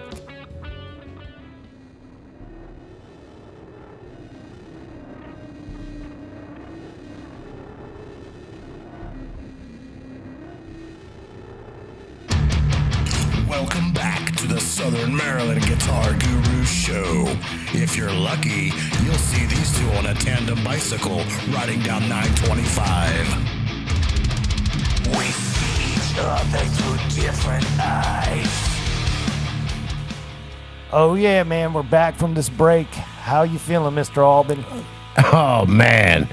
I might be slightly full from dinner. And maybe slightly buzzed from dinner. Yeah, that's right. Either way, I feel great. Good deal, man. How Same you here. feeling, man? Yeah, I feel like $1 million. Damn right. Because this show sounds and feels like $1 million. That it does. That it does. So it's easy to feel that way. Yeah, man, and then we're just getting started for real. Yeah, I mean, We got 2 more guys. It's going to be a long one tonight. I love it, dude. We're already at about an hour and a half. We're an hour and a half in, and we got 2 more guests left. All right. So I'm down, dude. I'm here. I'm in the zone. Yeah, I'm feeling good. It's going to be a big episode, man. This is it, man. People are going to love it. So without further ado, I'm going to get the Ollie's Bar and Grill soundstage phone system cranking again and get Mr. Mike Kirkpatrick on the phone. What do you think about that? Oh, let's get it done. They give Let's me some do this. soothing tones. Mike Kirkpatrick, father of Sean Kirkpatrick. We're going to dial him up. Yeah, it's ringing, man. It's ringing. The Ollie's Bar and Grill soundstage phone system's cranking. It's getting it. Hello, this is Mike. Hey, Mike, it's Dan from the Guitar Gurus. You want to go on the air? Hell yeah, let's do this. Awesome, dude. Yeah. Well, I'm in the studio. I got the mic hot, and my co-host Dan Albin's here. Dan Albin, say hi, Mr. Mike Kirkpatrick. What's up, Mike? How are you, buddy? Hi, Dan Albin. How you doing, Man, this is great, man. It's a pleasure to talk with you, man. Thank you for your time. brother? Oh, it's my pleasure, man. It's great to talk to you guys. I've been listening enough. Oh, dude. Have you? Yeah, how do you like Yeah, it? man. I make a point to listen. I can't miss my son in here, you know. Yeah. I get the other good tidbits every week, so that's good stuff. Well, we appreciate that a lot, man. So that even makes it better having you on. Right. We got the first father-son duo pair on the Guru Show. This is history right here. Yes, this is monumental, man. Nothing like this in Maryland for a while. Right, man. Yeah. We're bringing a whole new, different idea to the music scene around here, and I'm glad everybody's digging what we're putting down. That's for sure. Right. So when we have guys on for the first time, I always like to do their bio first. So without further ado, man, we'll give you a couple moments to explain your background in professional music, professional sound, and what you do. So go for it. All right. I've had music around my whole life. My mom was very much into music when I was growing up, so I was always the guy that always made the stereo sound good for some reason. She would get in the car, and I would always twinkle the knobs and twist the bass and treble and get the balance right and everything. You know, even as a little kid, I was adding speakers to the system and everything. So that's pretty much how it all started out. Right. Then back in '89, I got an opportunity to move to Sweden.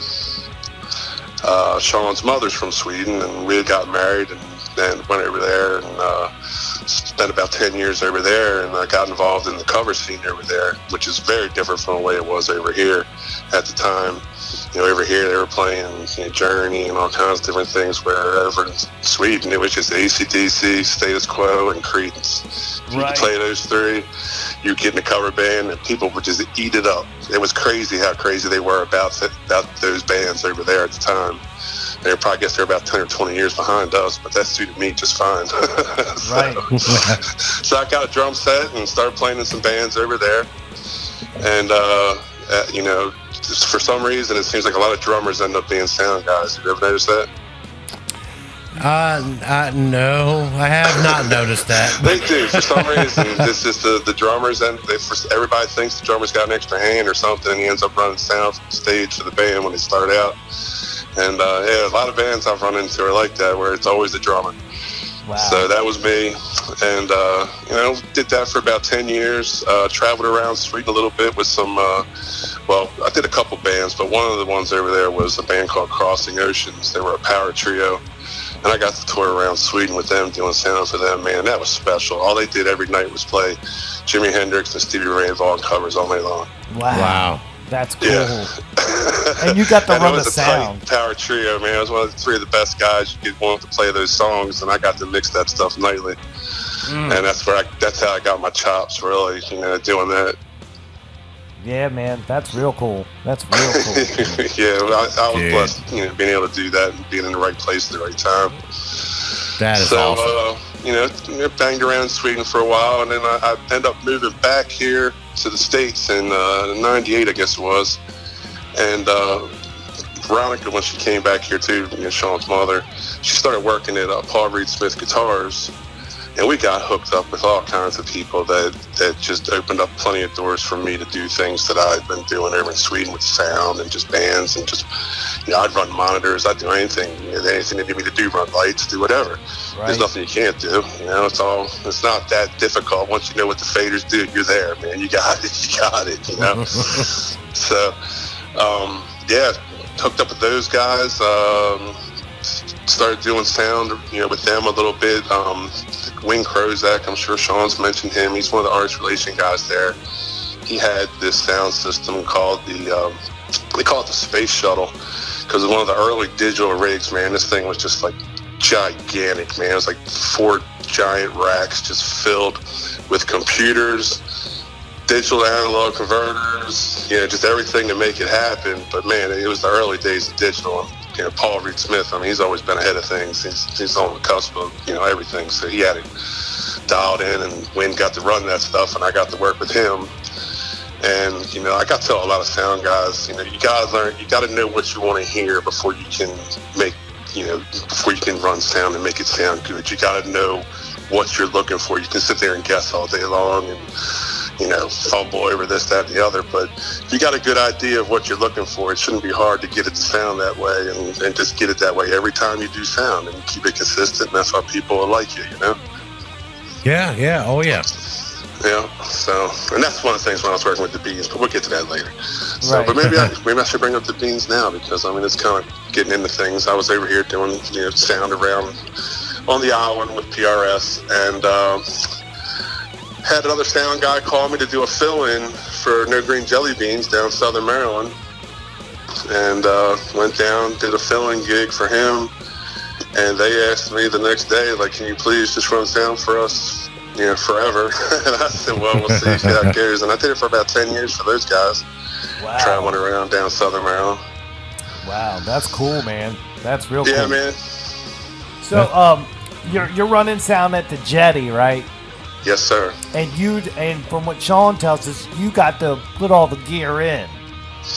Yeah. What happened was, when I got the gig at the Jetty, probably about 4 or 5 years ago, they were having a problem with the sound ordinance. They were getting complaints from some of the residents around the area. So I reconfigured the system and aimed it properly so it wouldn't, offend these people as much or nothing at all. Now it seems like we don't get any phone calls anymore, and that's a good thing. We used to get phone calls nightly about, the music and the sound and stuff, because it was just, the speakers were just not, nobody really put any thought behind where they placed the speakers at the time. Right. So, but I've done a center hang in there now, and we can get pretty loud, and nobody, we don't have to worry about anybody complaining, which is good, man. The people love it. And every weekend we just got a packed house every night. Nice. Yeah, man, it's a great gig, man. It's a built-in crowd every night, man. We just get so many people in there. It's fun, man. People have a really good time. Wow. Yeah, I'm never on that side of the bridge, man. Yeah, man. People down your way, man. You don't want to go over that bridge. That's like an extra 50 miles to your trip. Yeah, no doubt. That's an overnighter, man. You got to stay somewhere. Yeah, right. Well, most of the guys that come over here from down that way, they definitely make it an overnight trip. We got plenty of good hotels too. Yeah. So, and if you're ever over this way, man, I got plenty of room for you guys. You want to hang out, man? I got bedrooms, man. You guys are more than welcome. Holy shit, we're coming. That's what's man. up. Anytime. We got a Jetty bus that'll bring you back to my house. You don't have to drive. You got enough to. Man, it's sold. Sold.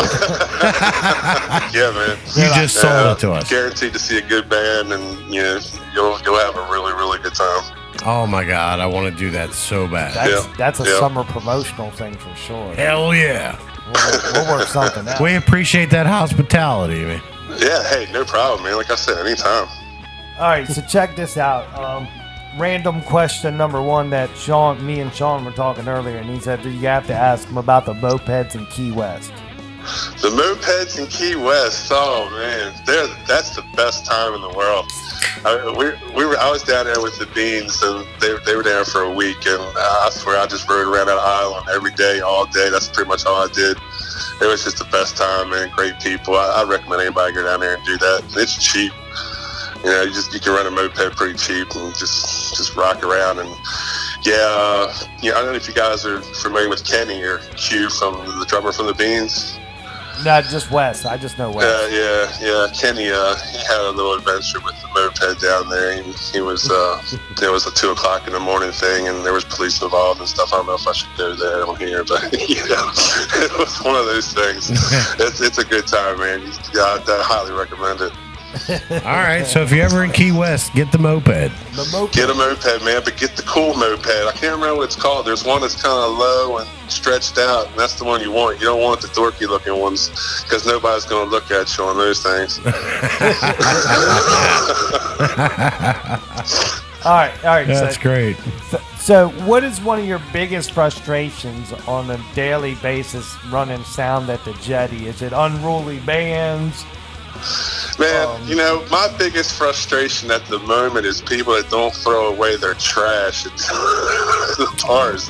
Great Have point. you ever noticed that people will sit their cups just down when they're done, like on the table, and just go get another drink and don't throw it in the trash, or take it to the bar and give it to the bartender to throw in the trash? They just sit them down. That's my biggest beef at the moment, man, because I got a lot of them, and they kind of like change week to week. It's been a long time. So, but yeah, that cup thing. And as far as the music thing goes, man, one of my biggest frustrations is just people that don't take into consideration the size of the gig when they're bringing their gear. Oh, yeah. You get guys that go, they watch the videos, they see the guys with the 2 412s and, the monster cabinets, and well, that's what I'm going to do. And then you go out and you do your gig in this corner of some bar somewhere, and you just kill people. It's like, and you wonder why you had a bad gig. It's like, just because you just got to think about that a little bit and think about, okay, I need to make this so I can sound good, but not rip everybody's head off that's 10 feet in front of me. Right. Because that's pretty much where they're going to hang out. Yep. It's not Merriweather where people are, 100 feet away from me and just relying on what's coming out of speakers. No, they're hearing everything right there. And then every vocal mic you got on stage is practically an overhead mic because they're all so close. Right. So, it's a struggle, man. It's a struggle getting these bands to understand that. They always think I'm trying to just dog them, man, just telling them, that they're no good or, you're not. And I'm not. I'm just trying to help. I just want them to, be able to sound good and be able to hear everybody and everybody be heard, Right. Well, I thought you were going to say it's that guitar player in the band that tries to audition while you're doing a sound check. Just man, and the guys that try to learn songs when they get there and setting up, and then they decide, well, this is where we're going to learn these 3 songs we haven't practiced. Oh, no. And the whole bar's got to listen to them going through learning it, and then they're going to hear them play it, trying the first set too, and then they wonder why people are walking out. Oh my God! I do get those, and I usually tell them pretty straight up. You get 5-10 minutes to noodle, but once it turns into 15 minutes, man, it's like, come on, guys, figure out what you got to do, and let's get ready to get the show started. I got you. Right. If you ain't got it together, don't do it. Up, man. I've been around long enough, and they usually listen to me. I get a couple bands coming in that aren't really familiar with me or the venue, and they'll have a difficult time with me and understanding where I'm coming from, but we usually get through it. By the end of the night, we're good friends and we're having a drink. Yeah, you're in a very tough spot, because there are people who will give you a lot of stubbornness. That's a good term for what I really want to say. And you see guys that have been doing it for 20 years, and they've still been doing it wrong for 20 years. Right. They don't want to listen to anything that anyone's got to say. Right. But if you know that room and you know it well, I you do. need to I listen. See it quite often, and sometimes I see it on the repeat basis. Bands that show up again and again and again. Yeah. And we'll talk about it again, and I'll just remember. Oh yeah, that's right. You don't want to listen, and that's right. We'll get through the day. And that's a product of them. That's not on you. That's on them. Yeah. I know that. Yeah, I definitely know that. So I'll just try, because there's been bands that have come to the Jetty that I've worked with a lot over the years that have just gotten better and better and better, and it's been because of a little input from me, other sound guys down the road telling one thing or another, and finally they come through. They're just polished, man. There's nothing wrong. It's all right. Yeah. And it's only because they've had the input from all these other sound guys that tell them what they need to do. Right. Well, I got a question. Has a band ever come into you at your time ever doing sound going, hey man, we're kind of unsure about this, can you help us out, can you make us right? Has that ever happened? Oh yeah, that's happened. Especially nowadays when guys are getting their in-ear racks together and traveling around with in-ears instead of using monitors. They definitely, a lot of them could use help, and they'll ask, and I'll definitely help them out as best I can. I got you. I have no problem with that at all. I got you. You're willing to deal with people as long as they're upfront and honest about what the problem is, instead of trying to big time you and know that whole mess. Right. Yeah, because that's the way I'm coming at them. It's just like, hey, we're in this together. Right. If it sounds like crap out front, people are going to come to me and be like, why does it sound like crap? That's going to be my fault regardless. There used to be a guy that back in the early 2000s that would run Sound Northern Virginia for us back in the day. We'd run into him at a few bars here and there, and he always said this. He goes, it's your job to play good, my job to make you sound good, and everyone's job to make sure everyone has a good time. Yep. And that stayed with me my whole life. And when he explained it that way, I went, I know what you mean. Yeah, man. We're all there for the same purpose, man. We want to make people drink a lot and have a good time. Yep, and it just works out great. I mean, everyone does their job. Yeah. And everyone has a good time. And that's the thing about the Jetty. They know I'm going to do my job, so it's just up to the bands to come in and do their job, and we'll have a great night. That's the relationship I have with them. They got that trust in me. Yep. So what kind of board do you got there? What kind of rig is the Jetty got, man? You gonna geek us out real quick with that? Man, we're just running a Behringer X32 board. Bottom line digital, but it definitely, man, it's a workhorse, man. We've had it in there for about 5 years. This thing just keeps on ticking. And I use an iPad with it, and I travel around the room, and I can go outside because I have all my system tapped in for surround. So I have speakers on the beach that'll play the music from the band. I have speakers on the pier that'll play music from the band.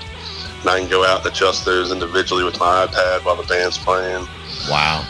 So that's neat, man. When we were analog before, you didn't have the power. You could do it, but it was a lot more work. Nah, man, that is so cool that you can do that now, man. It's all about routing signals. You can regulate each section in different quadrants like that. And I have a multi-zone sound system installed there, so I just feed that from the board, and I can distribute it to all the different areas all over the place. Mike, it's kind of getting me a little excited, man. Yeah, man, it's cool, man. It really is. Every time I walk in there, I look around, I'm like, yeah, man, I did this. It's nice, man. It works really good. Yeah. I see people, at night when I see people dance, when the band's playing in the bar, but I can see people dancing on the beach. That makes me happy. Right, exactly. They're out there, far away from the band, but they can still hear the music and they're still jamming, but I'm not disturbing the neighbors. So that's great. It's a win-win. Delicate balance that you have got figured out, my friend. Yeah, that's exactly what it is. That's what you got to do, too. That's so legit, man. That's so legit. Yeah, and then everything else, it's just that board, and I got some EV speakers up in the ceiling. I got a little center hang, so the room's mono. I'm not a big stereo guy for live sound. I've always felt like the only people that could really appreciate are the people in the middle of the room. Anybody that's on the left side is kind of missing out on what's coming out of the right side, vice versa, because it's all panned to one side or the other. Good like point. To keep everything just kind of center so everybody gets the same stuff in their head.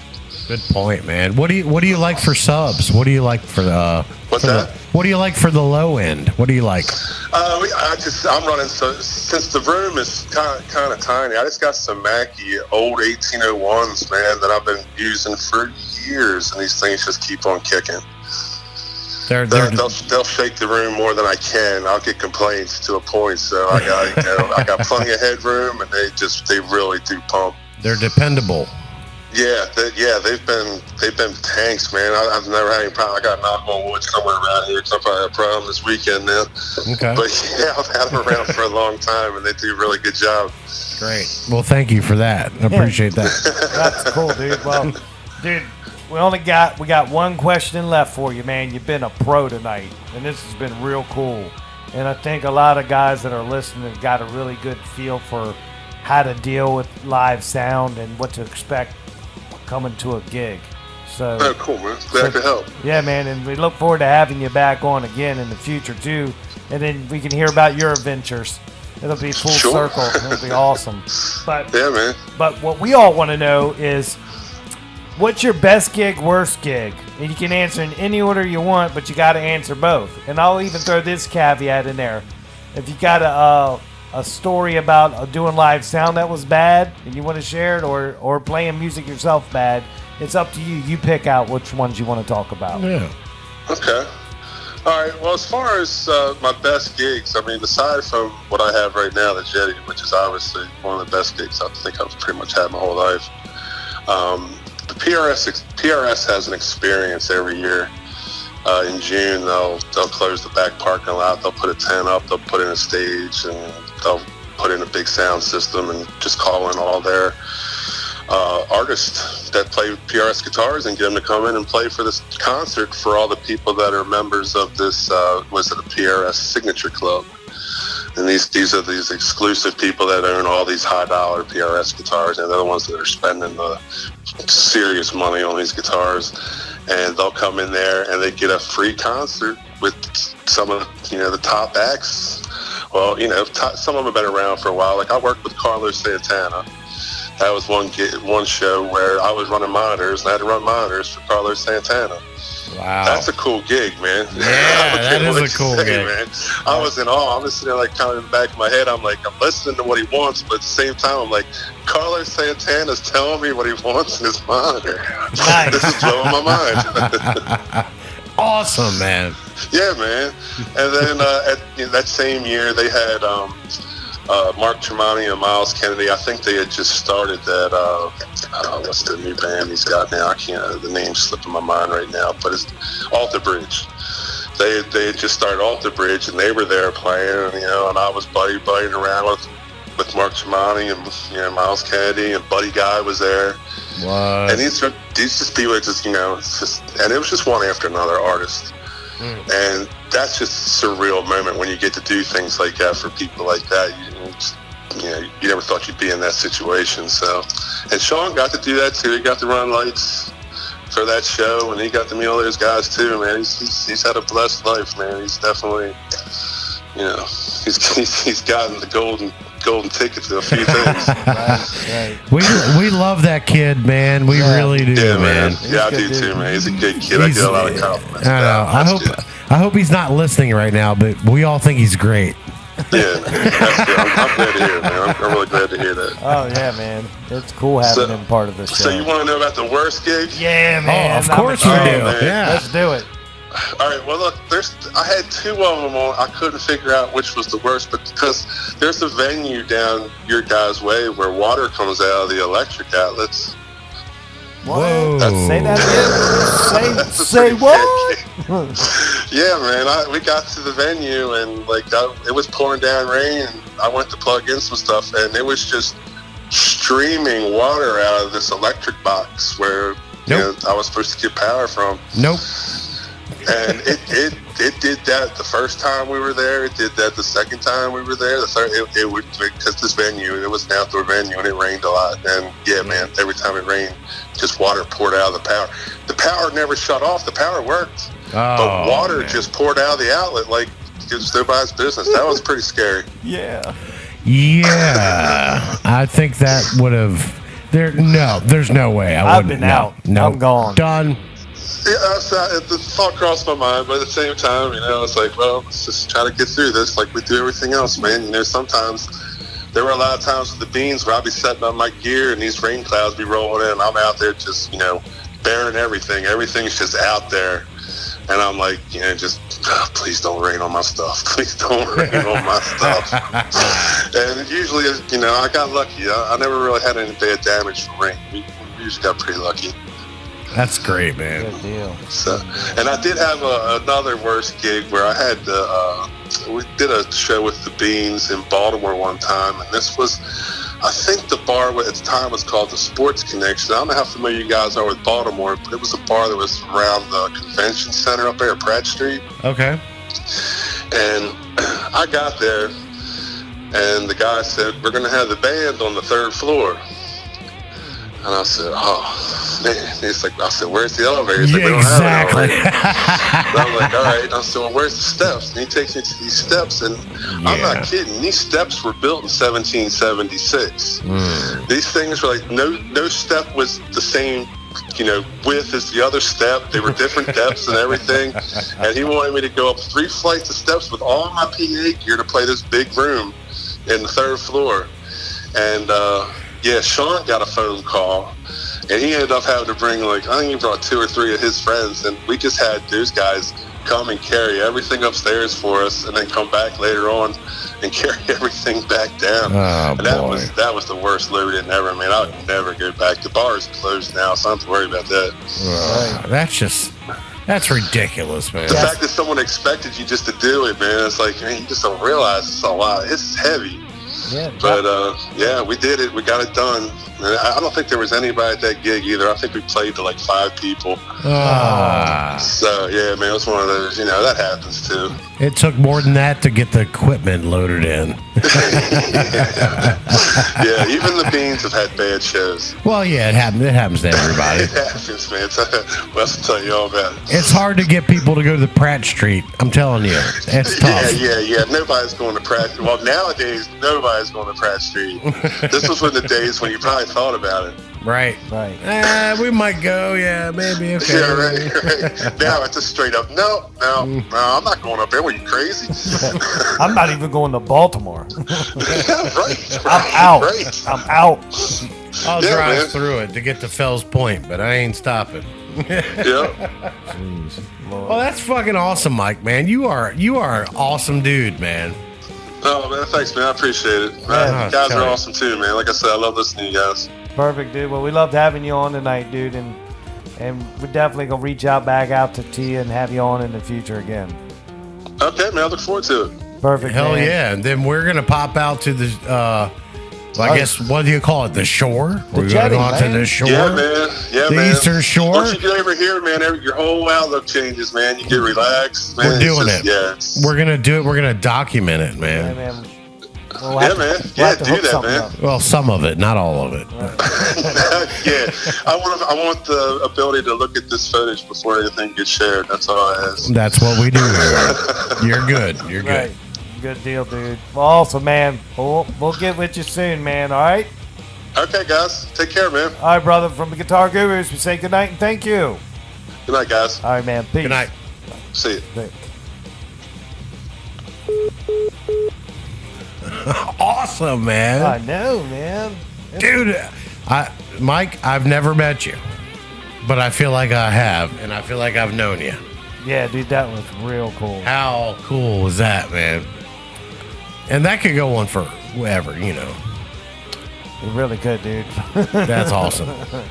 That's crazy, awesome. dude. And during his whole interview, unknown to people listening now, but the light bulb in my ceiling fan just went out. Yeah, it's been dark in here for about 15 minutes. This whole interview has been done in the dark. Yeah, it was cool. Just the Which glow is of the monitor. it's a nice ambiance in the room here. Right.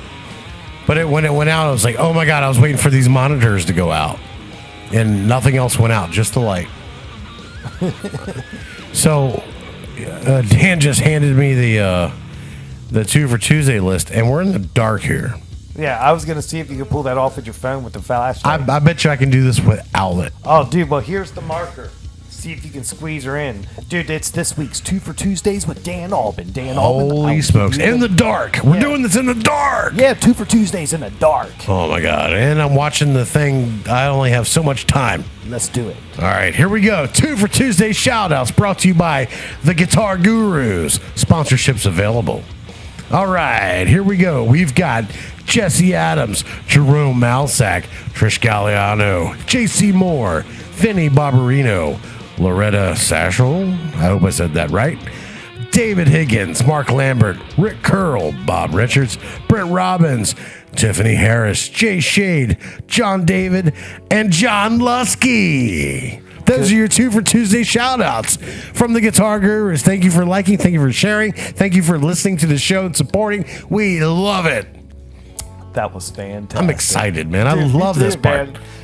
When you're under the pressure. Without these people, we're not here, man. I know, man. The community is involved, man. And it's beautiful. I love it to death. So thank you all for liking and sharing. I love calling these names out. I wish it was 100 names long. Right. We're going to get there one day for you, bud. We are. So we're coming up on the break. So what's going to happen is we're going to take this break. We'll come back. Then we're going to do the Island Music Guitar of the Week. And then we'll get my buddy Jesse Zuretti on the phone. Let's do it. Finally get his interview documented. He's locked in. I've been talking to him during the breaks. He's ready to rock and roll. So it's going to be real cool. All right. Real cool. Real cool. Let's see if we can get the lights back on during the break. Oh, man, I hope I have a replacement bulb. I really do. But we shall see, man. I don't know, man. I hope so because it's a special type. It's not a regular one. I do know that. Yeah. Yeah, but we'll find out. But we're going to take a break. We'll be right back. It's Guitar Gurus with Dan and Dan.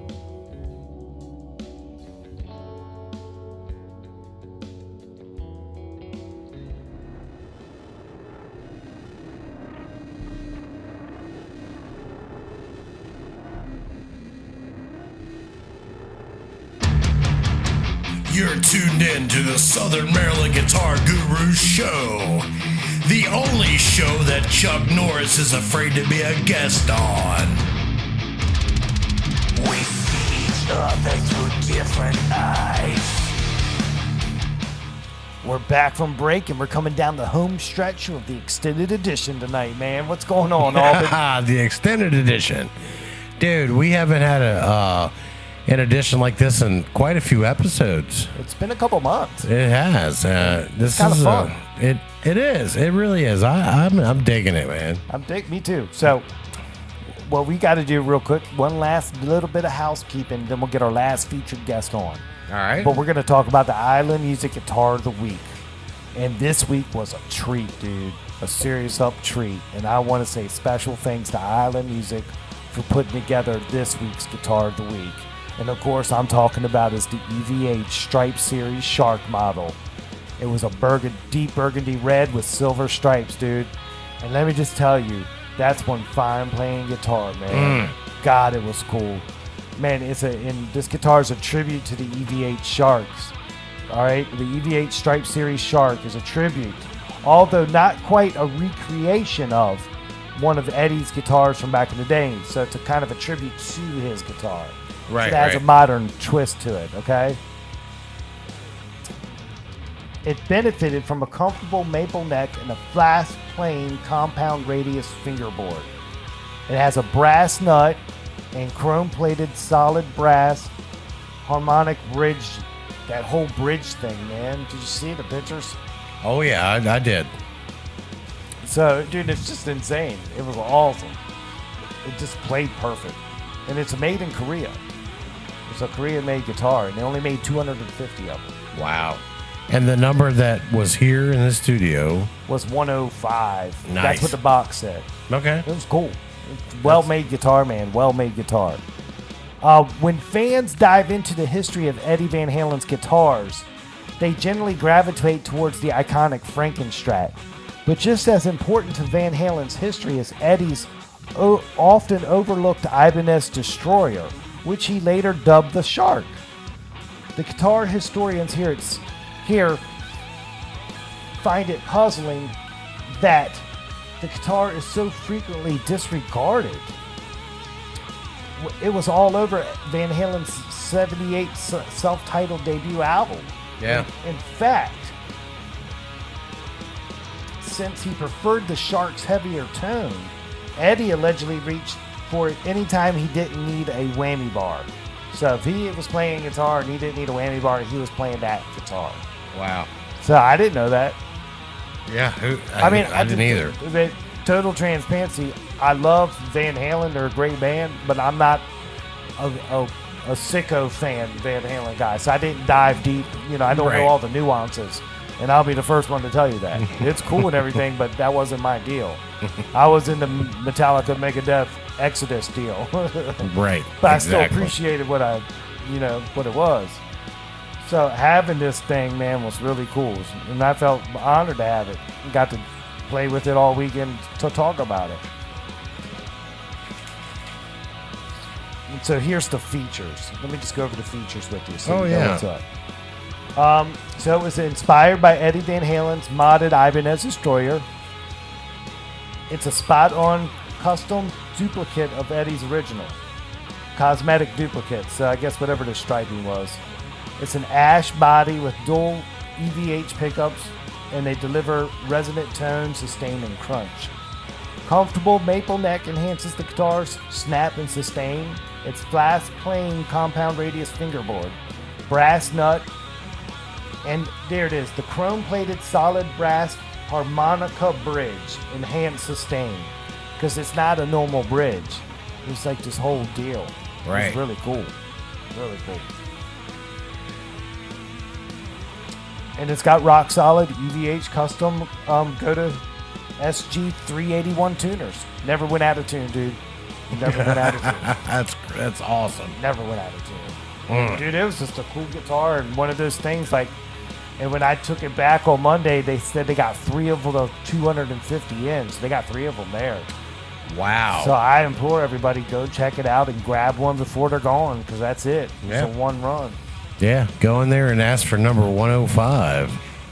That's the one you're looking at right now on the video. Yep. And dude, that's the guitar of the week, man. That's I mean, awesome, man. You should have came over. You know, Right. this crazy weekend. I know. It was Mother's Day. Come on, man. Yeah, there's all kinds of things. I know. Dude, but it was one of those guitars that you had to get ready to play, you know? Yeah, I would love just once to try one of these things out. Well, you just got to come over one weekend. I know. Trust me, I get it. I understand what's going down. You're already here once a week. Well, yeah, I'm already here once a week. Anymore, I might be charging your room and board. Hey, that's why I don't come over more than that. See, yeah. Can't afford to pay rent here. Right.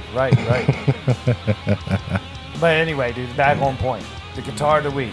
Go to Island Music. Walk inside. Ask to see the Guitar Guru's Guitar of the Week. They're going to show you this fine Shark EVH model. Why supplies last. While supplies last. That's what's up. So you need to get there and get one. Do It's you well get- worth it. I'm sure it is. And what was the fretboard on it? Do you remember? No, Or- I don't. I got too many fretboards in my head. Yeah, that's true. I mean, Should be rosewood. I threw you a curveball. Well, I put my paperwork away. I bet you it was rosewood. It was rosewood, yeah. Okay, beautiful. Yeah, Beautiful. come on, man. Why are you doing that to me? I'm just keeping you on point, man. I know. I all had my paperwork put away. Everything was ready to rock and roll. I love it, dude. You're keeping me on my toes. It's good stuff. Got to. It's good stuff. Well, dude, I think we need to get the Ollie's Bar and Grill soundstage phone system cranking one more time, and we'll get our buddy Jesse Zuretti on. Get him rescheduled back on, because he was supposed to be on a couple weeks ago. Yep. That's why we're here tonight. Let's do it. Let's get it going. Give me some soothing tones. This is the extended version of episode 26. Jesse's ready. Coming up on the Guru Show. Here we go, dude. It's ringing. We're trying to go out west. We're going to Colorado. Yeah. Rocky Mountain High. Hey, Jesse, it's Dan from the Guitar Gurus. You want to go on the air? Hey, how's it going, guys? Yeah, let's do it. All right, man. We're here in the studio. I got the mic hot. Dan Albin, my co-host, is here. Dan, say hi to Jesse. Jesse, good evening to you. How are you, buddy? I'm doing well. Thanks for asking. How you guys man. doing? We're doing great, man. We want to say thank you first and foremost for spending time with us this evening. It's my absolute pleasure. And thanks for having me on. Thanks for thinking of me for this. I appreciate that. Yes, sir. We appreciate it. So- Perfect, man. Well, every time we have a brand new guest on, we always like to give them the first opening moments to go over their background and you got a pretty unique one. So I'm going to turn the mic over to you and just bring everybody up to speed on you play guitar, you're in a band, you do post-production stuff. So just give us that brief background so we know who you are. I attended Juilliard. I'm a graduate of the Harvard Business School. I traveled quite extensively. I lived through the Black Plague and had a pretty good time during that. And I've seen The Exorcist about 167 times. I'm just kidding. Sorry, I had to quote Beetlejuice at you guys over that one. No, I love Beetlejuice. Yeah. Just don't say it 2 more times. Yeah, don't say it 3 times in a row. Yeah. We're good. Okay, cool. So, all right. So I started playing guitar at age 16. I'm 33 years old now, so I've been playing for just about half my life. I think I dove into music in a much more unorthodox way. I wasn't really like trying to learn Nirvana songs, even though, I thought Nirvana was cool. I wasn't like, I really want to be a guitar player like Nirvana. I think I was reaching much higher than maybe I should have been at the time. I mean, I don't know, how you guys went about, first picking up an instrument, but, generally it's kind of like you start with humble beginnings. I think, I was just an overachiever. So I wanted to learn how to play the Dillinger Escape Plan's Mullet Burden because I was exposed to their music and was completely horrified by the sound of what I was hearing. So I decided to try and learn it, not really knowing what the heck I was doing. I would go to a Sam Ash in Tampa where I was living at the time and ask the guys, hey, how are they doing this? How do they play this? How do they do that? And then, I just, really tried desperately to try and figure out what they were doing. And I think it was kind of like, you want to learn how to play hockey. Well, I went out and I bought all the hockey equipment and then decided to try out for varsity hockey when I was in 3rd grade. It was completely out of my league. So,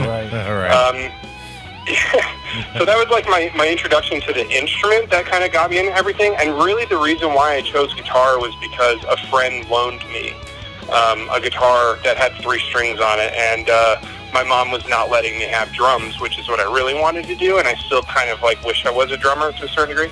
But anyway, I moved to New Jersey when I was 16 years old in 2002. And then come 2004, I started the band that I'm still in, which is either Pathetic or Valiant, I don't know. But so yeah, here we are all these years later, 15 years later, we're still a band, we're still putting out music, and we still do everything as one would. And I started the band and it kind of raised me, kind of like a parent, because with my circumstance, I was kind of in charge of myself. Even though I had the rules of a typical teenager, I was still kind of in charge of myself. And being a part of the music community in New Jersey at that age kind of raised me as an individual, and I kind of got into all different styles of music and stuff. And then, I've recorded a whole lot. I've engineered some of our stuff. I've been engineering pre-production for us since 2004, and it just, one thing led to another, and now I'm doing stuff with, some pretty cool projects. I've done stuff with Marvel Entertainment. I have a pretty busy schedule for that, and doing a lot of stuff for them for this year, and I've done a lot of stuff previously with them, and then, I'm composing for other projects. I really wish I could kind of touch on some of the cool stuff that's coming up, but I'm in a NDA, which is a non-disclosure, so I'm not really allowed to talk about it until it's actually released, but I'm really excited about some of the stuff that I'm working on. And we have an album coming out. Binary Code has an album coming out. You know what? I'm going to say a month, and then it's going to change. So, I'm hoping it'll be September, but then if I say that, then it'll be December, and then December it'll be next year, and that's kind of the way we roll. So, but yeah, that's my background, It's been a lot of just being fascinated and obsessive with music and never giving up what I'm doing. And I'm still that person, and it's probably not going to stop unless my battery clocks out on me. So, but yeah, I don't know, what about you guys? Did you guys jump into guitar kind of head first like that? Well, it's kind of crazy you bring up the Nirvana thing. We're just a couple years older than you, and we actually lived when Nirvana was new, and that's what inspired us to play. Now, I got I'm kind of jealous. right, dude. I have one of those relic Fender Jaguars that Fender did in the early 2010s. I got one of those because it meant that much, you know. Oh, wow. Yeah, so we were there, dude. I mean, he's a wicked guitar player. There's no denying that. He was a great guitar player. His riffs are unbelievable. It's really cool, so. Check this out, dude. I used to skateboard.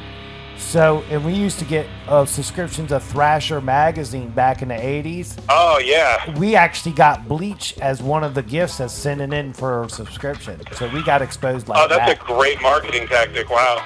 Yeah, dude, that was back in the days, man. You actually waited on the mail to bring you stuff. Oh, man. Magazines used to be something else back in those days, you know? Even, up until probably 5-6 years ago, it was like, yeah. I couldn't wait for the new Guitar World. I couldn't wait for the new Revolver and, Terrorizer magazine, all that stuff. And now it's kind of like, I can't wait for somebody to post on Instagram with something interesting. But that was a different time, man. I don't envy these young kids who don't have that physical thing to look forward to, you know? Right. I just don't know how they do it, man, because I love a good magazine, man. I love the industry mags, man. That's what I get excited for now. It's like all the music in my magazines that always come out for all the retailers. That's what I read. Think about the how many times you look forward to an issue of a magazine because it had just the right song with the tab in it. Right. You're like, dude, this month has the tab for insert your song here, but it would get you excited, and you would spend weeks just doing the tab. Oh, I learned this part, man. And you'd show off for your friends, like, oh, how'd you do that? I read the magazine. Well, yeah, I mean, for you, with skateboarding, too, it was kind of like I learned how to do, a kickflip or something. And it's like, yeah, dude, I learned how to play, Arch Enemy's Ravenous or whatever it is that would be in there. And you're like, yeah, check it out, dude. And then, your friend who doesn't care about your instrument looks at you like, wow, that's real cool. Right. Yeah, that's great. That's fun.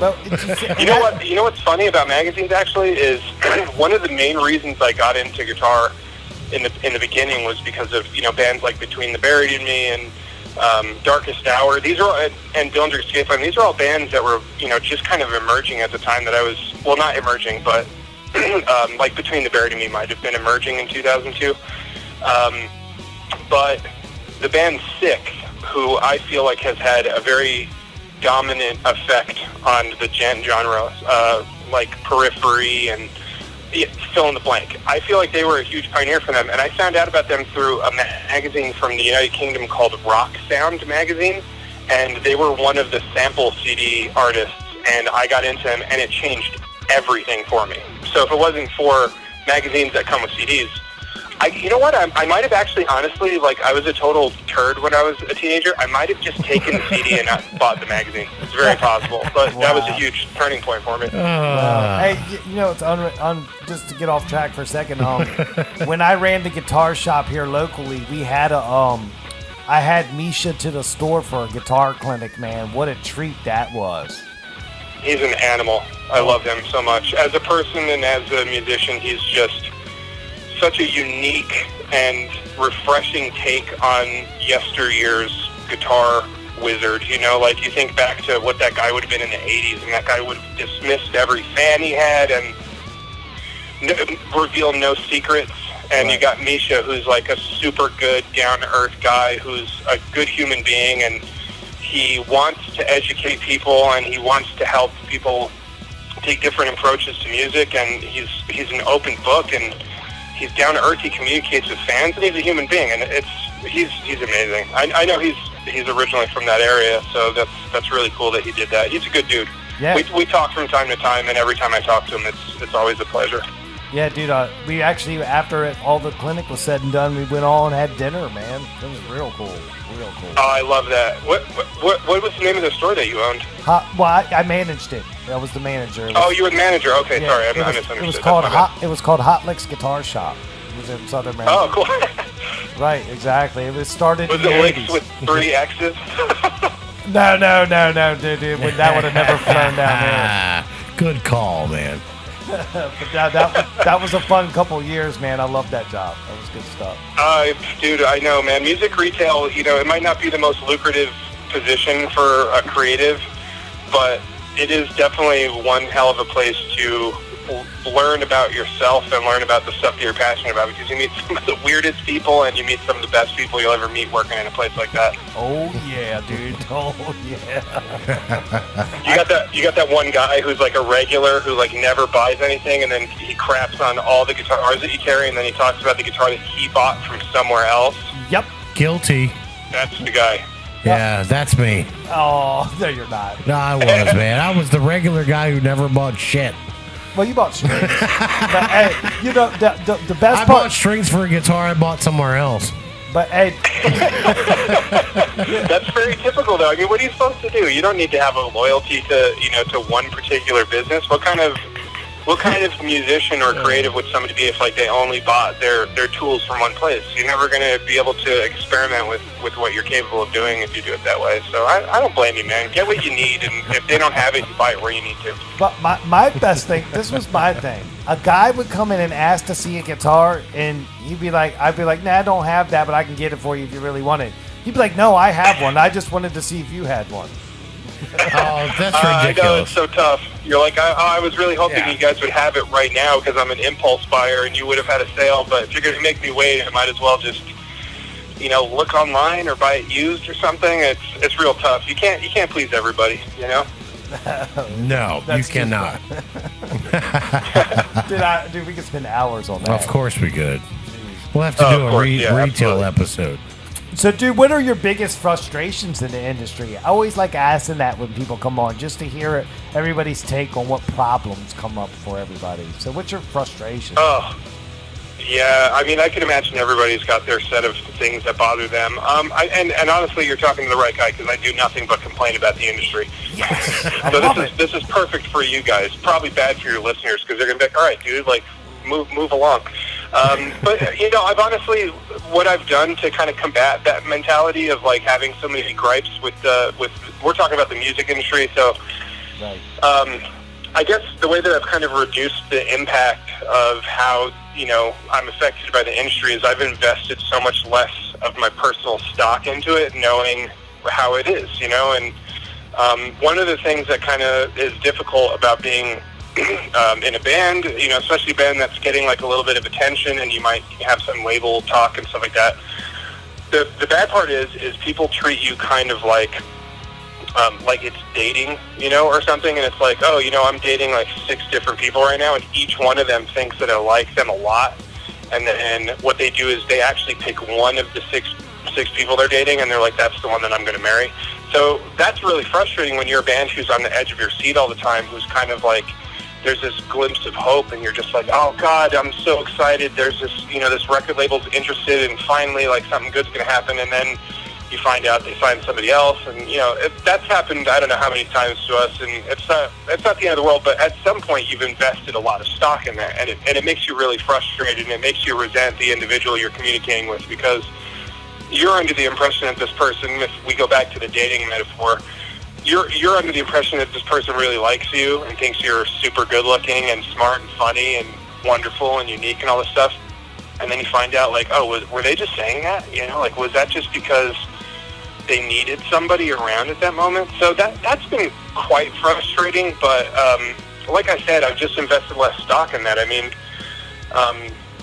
it would be really great if everybody could just be happy just being accepted for the music that they make instead of worrying so much about who's signing them and whether or not they can do all these things that other bands do, but it's just not the way it goes, and that's the industry. I would say that my biggest frustration with the industry that I would really love to see change at some point would be what one of my good friends, Eyal Levy, he told me the term for it. It's called the California no. And what that is when somebody receives an inquiry or you're talking to somebody and you're expecting an answer and they just don't respond. It's like the most passive, yellow-bellied thing I've ever experienced in my life. Like, it's like, why can't you just say you're not interested? Or maybe you could say no, or you could say, thanks, but not my thing, like, why is it this whole, like, let's just not respond anymore to this person we've been talking to, and that's just something that I find to be very frustrating, but that also might be, like, a conditional thing, so I don't really know. I mean, it's really tough. I don't really want to like complain too much about the industry because I'm just investing so much less stock in it, you know. And I mean, if we were to get down to like a frustration with the industry or maybe the art, like, is it a concern at all about like what's going wrong with people who are influenced by the industry? Because I think artists are making the worst decisions they could, taking the industry into consideration too much with the music that they're creating, the way that they're branding their band, and everything they're doing in terms of handling their creativity. When they're trying to follow what has already been successful within the industry, which is, you know, the industry dictates what's successful by signing it and promoting it and marketing it, and then the artists who are seeing that are absorbing that marketing and creativity from those people who are successful, and they're trying to replicate it. And I think that's a huge problem too. It's like you should just be creating from the internal part of you instead of worrying too much about perception, you know. And I think that's a huge issue. So I'd probably throw like 1/3 of the complaints I have onto the artists versus the industry. I think everybody's equally responsible. Right. I can get down with that. Main thing I was looking for is, you know, like, you know, people negotiating contracts, you know, just all that kind of crap, you know, and the frustration. There's barely any negotiating these days. So, there are very few bands. The unicorn of bands can negotiate contracts. Everybody else is just happy that you're throwing them a breadcrumb. Periphery is a good example. Those guys had so many labels interested in them that they could negotiate. They could say like, oh, well, these guys are offering us this. Can you offer that? They were in a position like that. That's not going to happen anymore for bands for the most part. Negotiating is you're a very lucky person if you can negotiate. I mean, even getting to the point where a label will give you what they can is kind of like, wow, you're very fortunate. Good for you. You know, it's pretty terrible. Wow. That's what the internet has done. Everyone's I mean, I don't know who's responsible for that, but clearly the internet has had a massive impact on that. And I mean, it's also kind of the record label's fault too. You know, it's like, why don't you like adapt and try and work with the times and be a little bit more flexible with your approach to the artists that you take on? Like, you can't.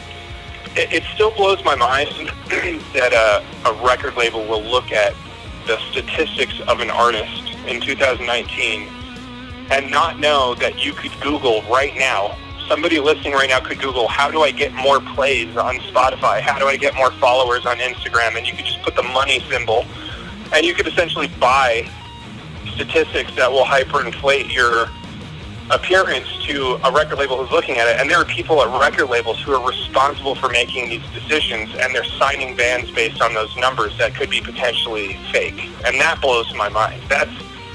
You're talking about, it's almost like politics. Like, this is going to be the person who's responsible for our country. What are we doing with our vote right now? It's like, this is the guy who's signing bands and is responsible for the higher marketed music that you're going to hear in the metal community. And he signed a band because they have 40,000 followers on Instagram and they have 20,000 monthly listeners on Spotify. Meanwhile, you could buy that for $200 or something. You know, it's pretty ridiculous. There's definitely not a good grip on the compass of what is a good thing to do in music at this point. That's definitely a huge loss. Wow, dude, that's something to digest right there. That's dude. a lot to take in. Wow. You can almost safely assume that if you see a band who you've never heard of on Instagram or Spotify or wherever you're seeing it, if you're seeing something that seems numerically impressive, that there's a possibility that it's fake. And I hate to be the person who's whistleblowing that and, you know, take any heat for that. And then I've had these discussions. I've done an article about this that caught a little bit of attention, and there are going to be people who say everybody does that, or that's what people. It's not true.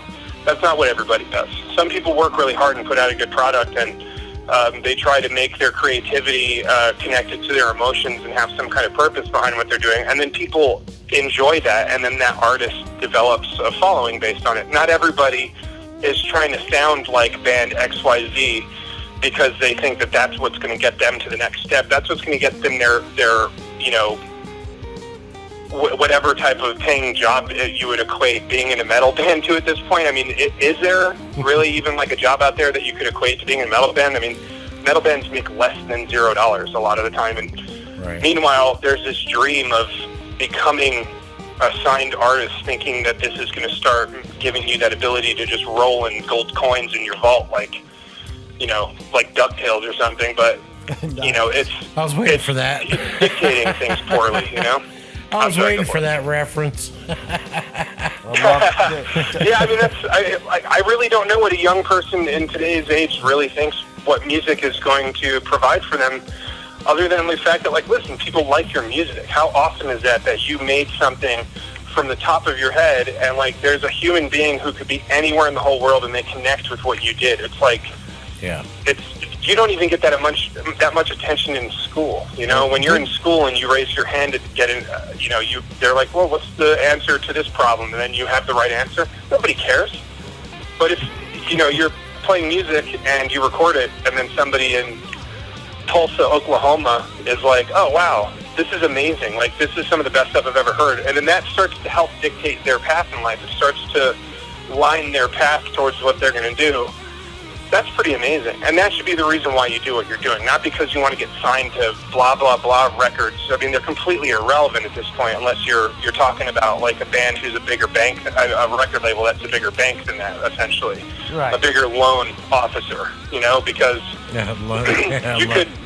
you're almost better off getting a high-paying job and then, saving money and marketing and getting a PR firm for yourself. And then you can just market your creativity instead of trying to adapt other people's skill set, Exactly. Jesse, that's so funny you say that, because every time I meet up with my buddies, man, I would tell them, I said, dude, you give me $200,000 and the 5 guys that agree with anybody, I'll get you a band. That's all it takes. You got to be your own corporation. That's all it takes. Your own corporation. You don't need anybody. You just need your own capital. They don't, and that's the main thing. Everybody forgets that. Signing to a record label is essentially asking for a loan. You know what I mean? You could just go to a bank and just get it yourself and just market it yourself. Yeah, I mean, actually, if you think about it, a record label is an incredibly derelict and negligent version of a bank. They don't do background checks and credit reports on you when you're in a band. You're talking about 5 guys potentially who are in a band who, 4 of the 5 of them live in, a camper for all I know. I don't know what they live in, but it's you're talking about guys who are trying to tour, they don't have, all their expenses and bills are getting put on credit cards if they have them.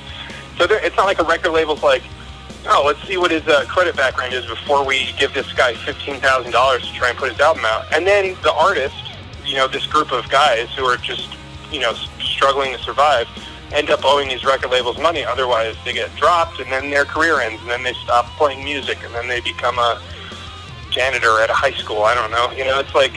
It's such a weird cycle to come from a bank that essentially doesn't care what your credit is. It's almost like a car dealership going, bad credit? We don't care. We got a payment plan for you. Yeah, exactly. Cool deal, dude. That's awesome. Let's shift gears a little bit. What's your current guitar, man? What's your favorite guitar right now? Because, dude, your pictures on Instagram are insane. I don't know what you own, what you saw. What is your favorite guitar right now? Well, to clarify, so a lot of the pictures that I have on my Instagram account are pictures of guitars that belong to either friends of mine who have amazing gear, or I used to work for a musical instrument company as a creative marketing director, and I had access to new gear pretty much on the hourly basis, and I would just take photos, and if I had some free time, I would take some extra pictures for myself, after hours and stuff, and then, I just have most of my friends are musicians, so I have one of my closest friends who's like a brother to me, Mike Darren. Check his band out. They're called Circuit of Suns. I don't know if their album's out yet, but it's going to destroy everybody. It's really cool stuff. It's 80s synthwave mixed with super technical metal. And this guy, his collection of instruments is awe-inspiring. He has vintage synthesizers. He's got cool custom PRSs, and that's probably what you're referring to. He's got private stock stuff up the yin-yang. He's got amazing stuff. Me, on the other hand, I don't have too much stuff. I'm a meat and potatoes guy. Even though the meat and the potatoes that I have are of the finest quality, in my opinion. That's as Aristides is the guitar that I use. I have a custom-made 7-string HSS hum single guitar that they made for me, and it's got hip-shot hardware on it, and bare knuckle, juggernaut in the bridge, and then slow hand single coils in the middle and neck position. That guitar is my, I guess, like Tony Stark's Iron Man suit that kind of flies and finds him, and then like he wears it against, he just like presses a button, he starts wearing it, and then he can start destroying everybody. That's what that guitar is for me. Nice. It's this insane guitar that can sound like blues music, jazz music, death metal, whatever kind of genre of music you want it to sound like, effortlessly. So it can become, a Strat, and then it can also become, a baby killer guitar, and it's amazing. And then my favorite guitar that I have right now might be my favorite guitar I've ever owned in my life. It's a 1986 made in Japan Fender Strat, and it sounds absolutely insane. I have never heard a 4th position single coil pickup sound so good in my entire life. It inspires me to pick up guitar.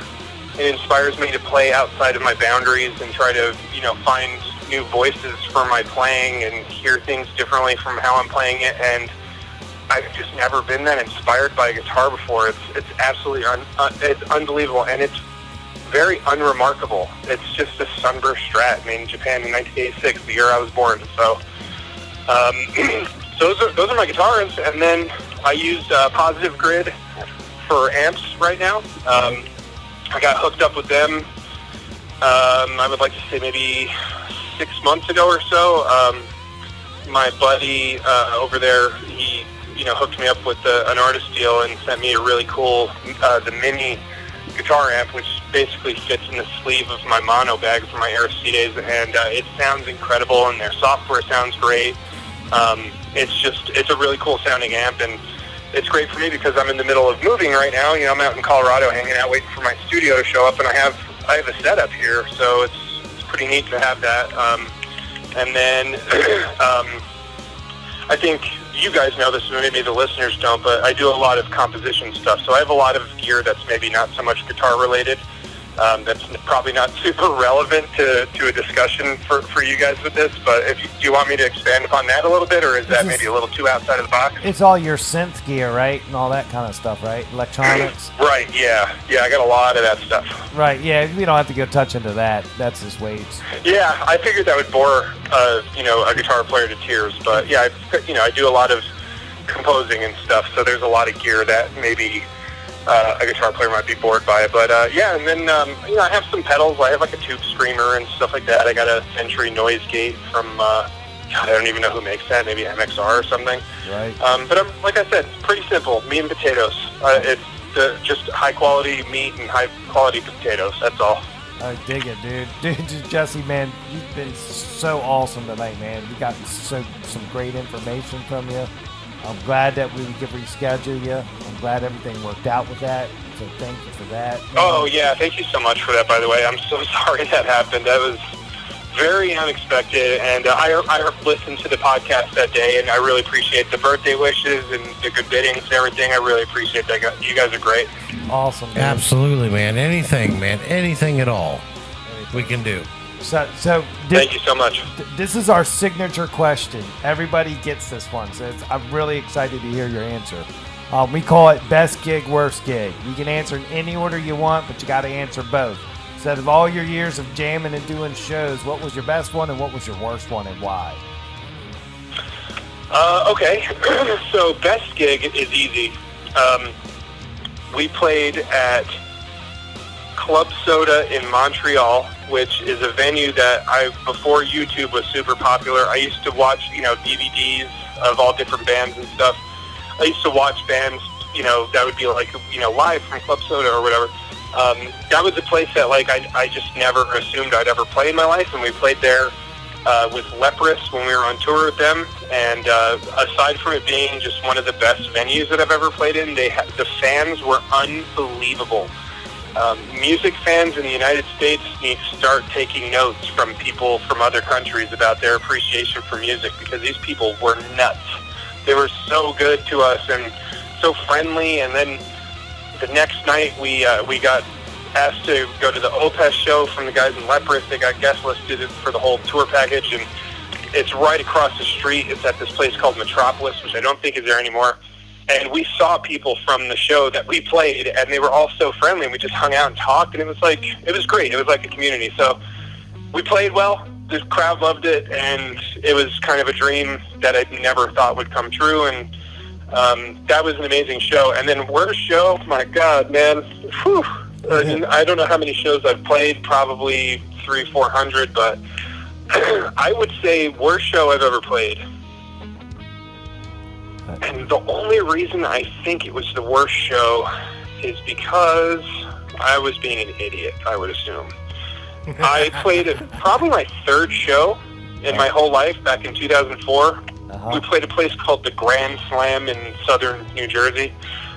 And I ripped I used to play an Ibanez S370DX, which is like, I just wanted a guitar that looked like Paul Wagner's from Between the Buried and Me, so I got that one.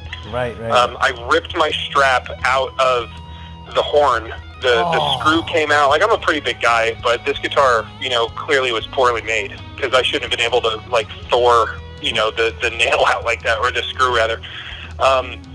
So maybe 3 songs in to playing our set, and I ripped it out and was just basically holding the guitar against my body, and I just kind of got over it and was like, I'm done with this. And I just threw the guitar maybe 20, 30 feet up in the air and walked away. As it was falling down, it just landed on the ground, and I let people take the guitar, and I just got over it. But I would say that was probably the worst show, just because it was so incredibly impulsive of me to do that. Like, it was representative of a young version of me who wasn't thinking, and then also representative of, like, a person who wasn't respecting its gear, and it just was stupid. And it always is the first thing I think of when I think of doing something dumb and having a bad show, because we couldn't play music anymore. It was really dumb. So I think that would be it. I love it, dude. I love the honesty, man. That's good stuff, man. A lot of people can't do that, man. So I always comment when I hear the honesty in it, because I'm the first one to tell you if I make a mistake. There ain't no reason to hide behind it, because you got to grow. So. I think it's much more admirable. Wear your faults so you can get better, and try and be the best person you can be. And you can't do that by ignoring the things that you've done that are either super annoying or embarrassing or whatever. It's not necessarily a regret. It's like, oh, I'm so glad I did that, because look where I am now. But at the same time, it's like, wow, that was really silly. And as an adult, like me right now, looking back at that person, I would say, wow, that was really stupid. Got it, dude. That's cool, man. Dude, again, man, you've been a champ tonight. We'll let you get out of here, man. We look forward to having you on in the future again. Definitely touch base with you, and you've been a champ tonight, man. I'd say thank you. Thank you guys so much. And anytime, if you guys ever want to have another discussion, whatever it is, I'm happy to be on, and you guys are great. And I'm a listener now, so I'm really glad we all got introduced here. I really appreciate it, and I'm sure your fans are awesome, because listening to stuff like this, you got to be a certain personality, and I think you got a cool thing going, and I really look forward to seeing you guys grow. I think it's gonna do well. Thanks, man. Dude, that means a lot to us, man. I really appreciate those kind words, and the kind of person listening down here, we've got a lot, and that's it's just so awesome, man. So it's good that we all have this in common. We all like to nerd out about gear and hear stories. That's the important thing. There it is. Exactly. So, good deal. Me personally, before I let Dan carry this out, I just want to say thank you so much for your time. It means a lot to us, and it's a wealth of knowledge, and I can't wait to get you on here again and just, for lack of a better term, shoot the shit with you. Really, is what I want to do. Absolutely, and likewise. Seriously, thank you so much. I really appreciate it, and I look forward to coming back. All right, Jesse, man, from the Guitar Gurus, man, we say thank you and good night. All right, gang. Good night. Good night. Love it, dude. Jesse's Zuretti, dude. All around great guy. Awesome, man. Dude, I'm glad that we got him back on so quickly. And dude, everybody's stuck. Life happens sometimes. Yeah. You just got to back up and punt. We back up and punted, dude. And dude, we had a great interview with him. Yeah. So we don't know what would have happened if we would have rushed it. So Right. patience paid off. Yeah. It's a different dynamic that came into play. Damn. And we just ran out of music. Perfect timing. Perfect timing. So, dude, episode 26. It's in the books. It's in the books. We did it. 2 hours and 43 minutes, man. So Whoa. people are going to be checking this thing in and out. So that's going to be a long premiere. Yeah. Yeah, but it's going to be worth it, man. It's good stuff. It's one of the longest ones in a long time. Yeah, we're down to nothing. So, hey, let's get out of here while we're ahead of the game. Yep. Because tonight's been awesome, man. I'm just through the moon. Me and you both, buddy. I look forward to going back, editing it, and getting everything prepared. So, All right. without further ado, we'll say Guitar Gurus, Dan and Dan. We'll see y'all next week, right? Next week. Next week. Love you all. Love.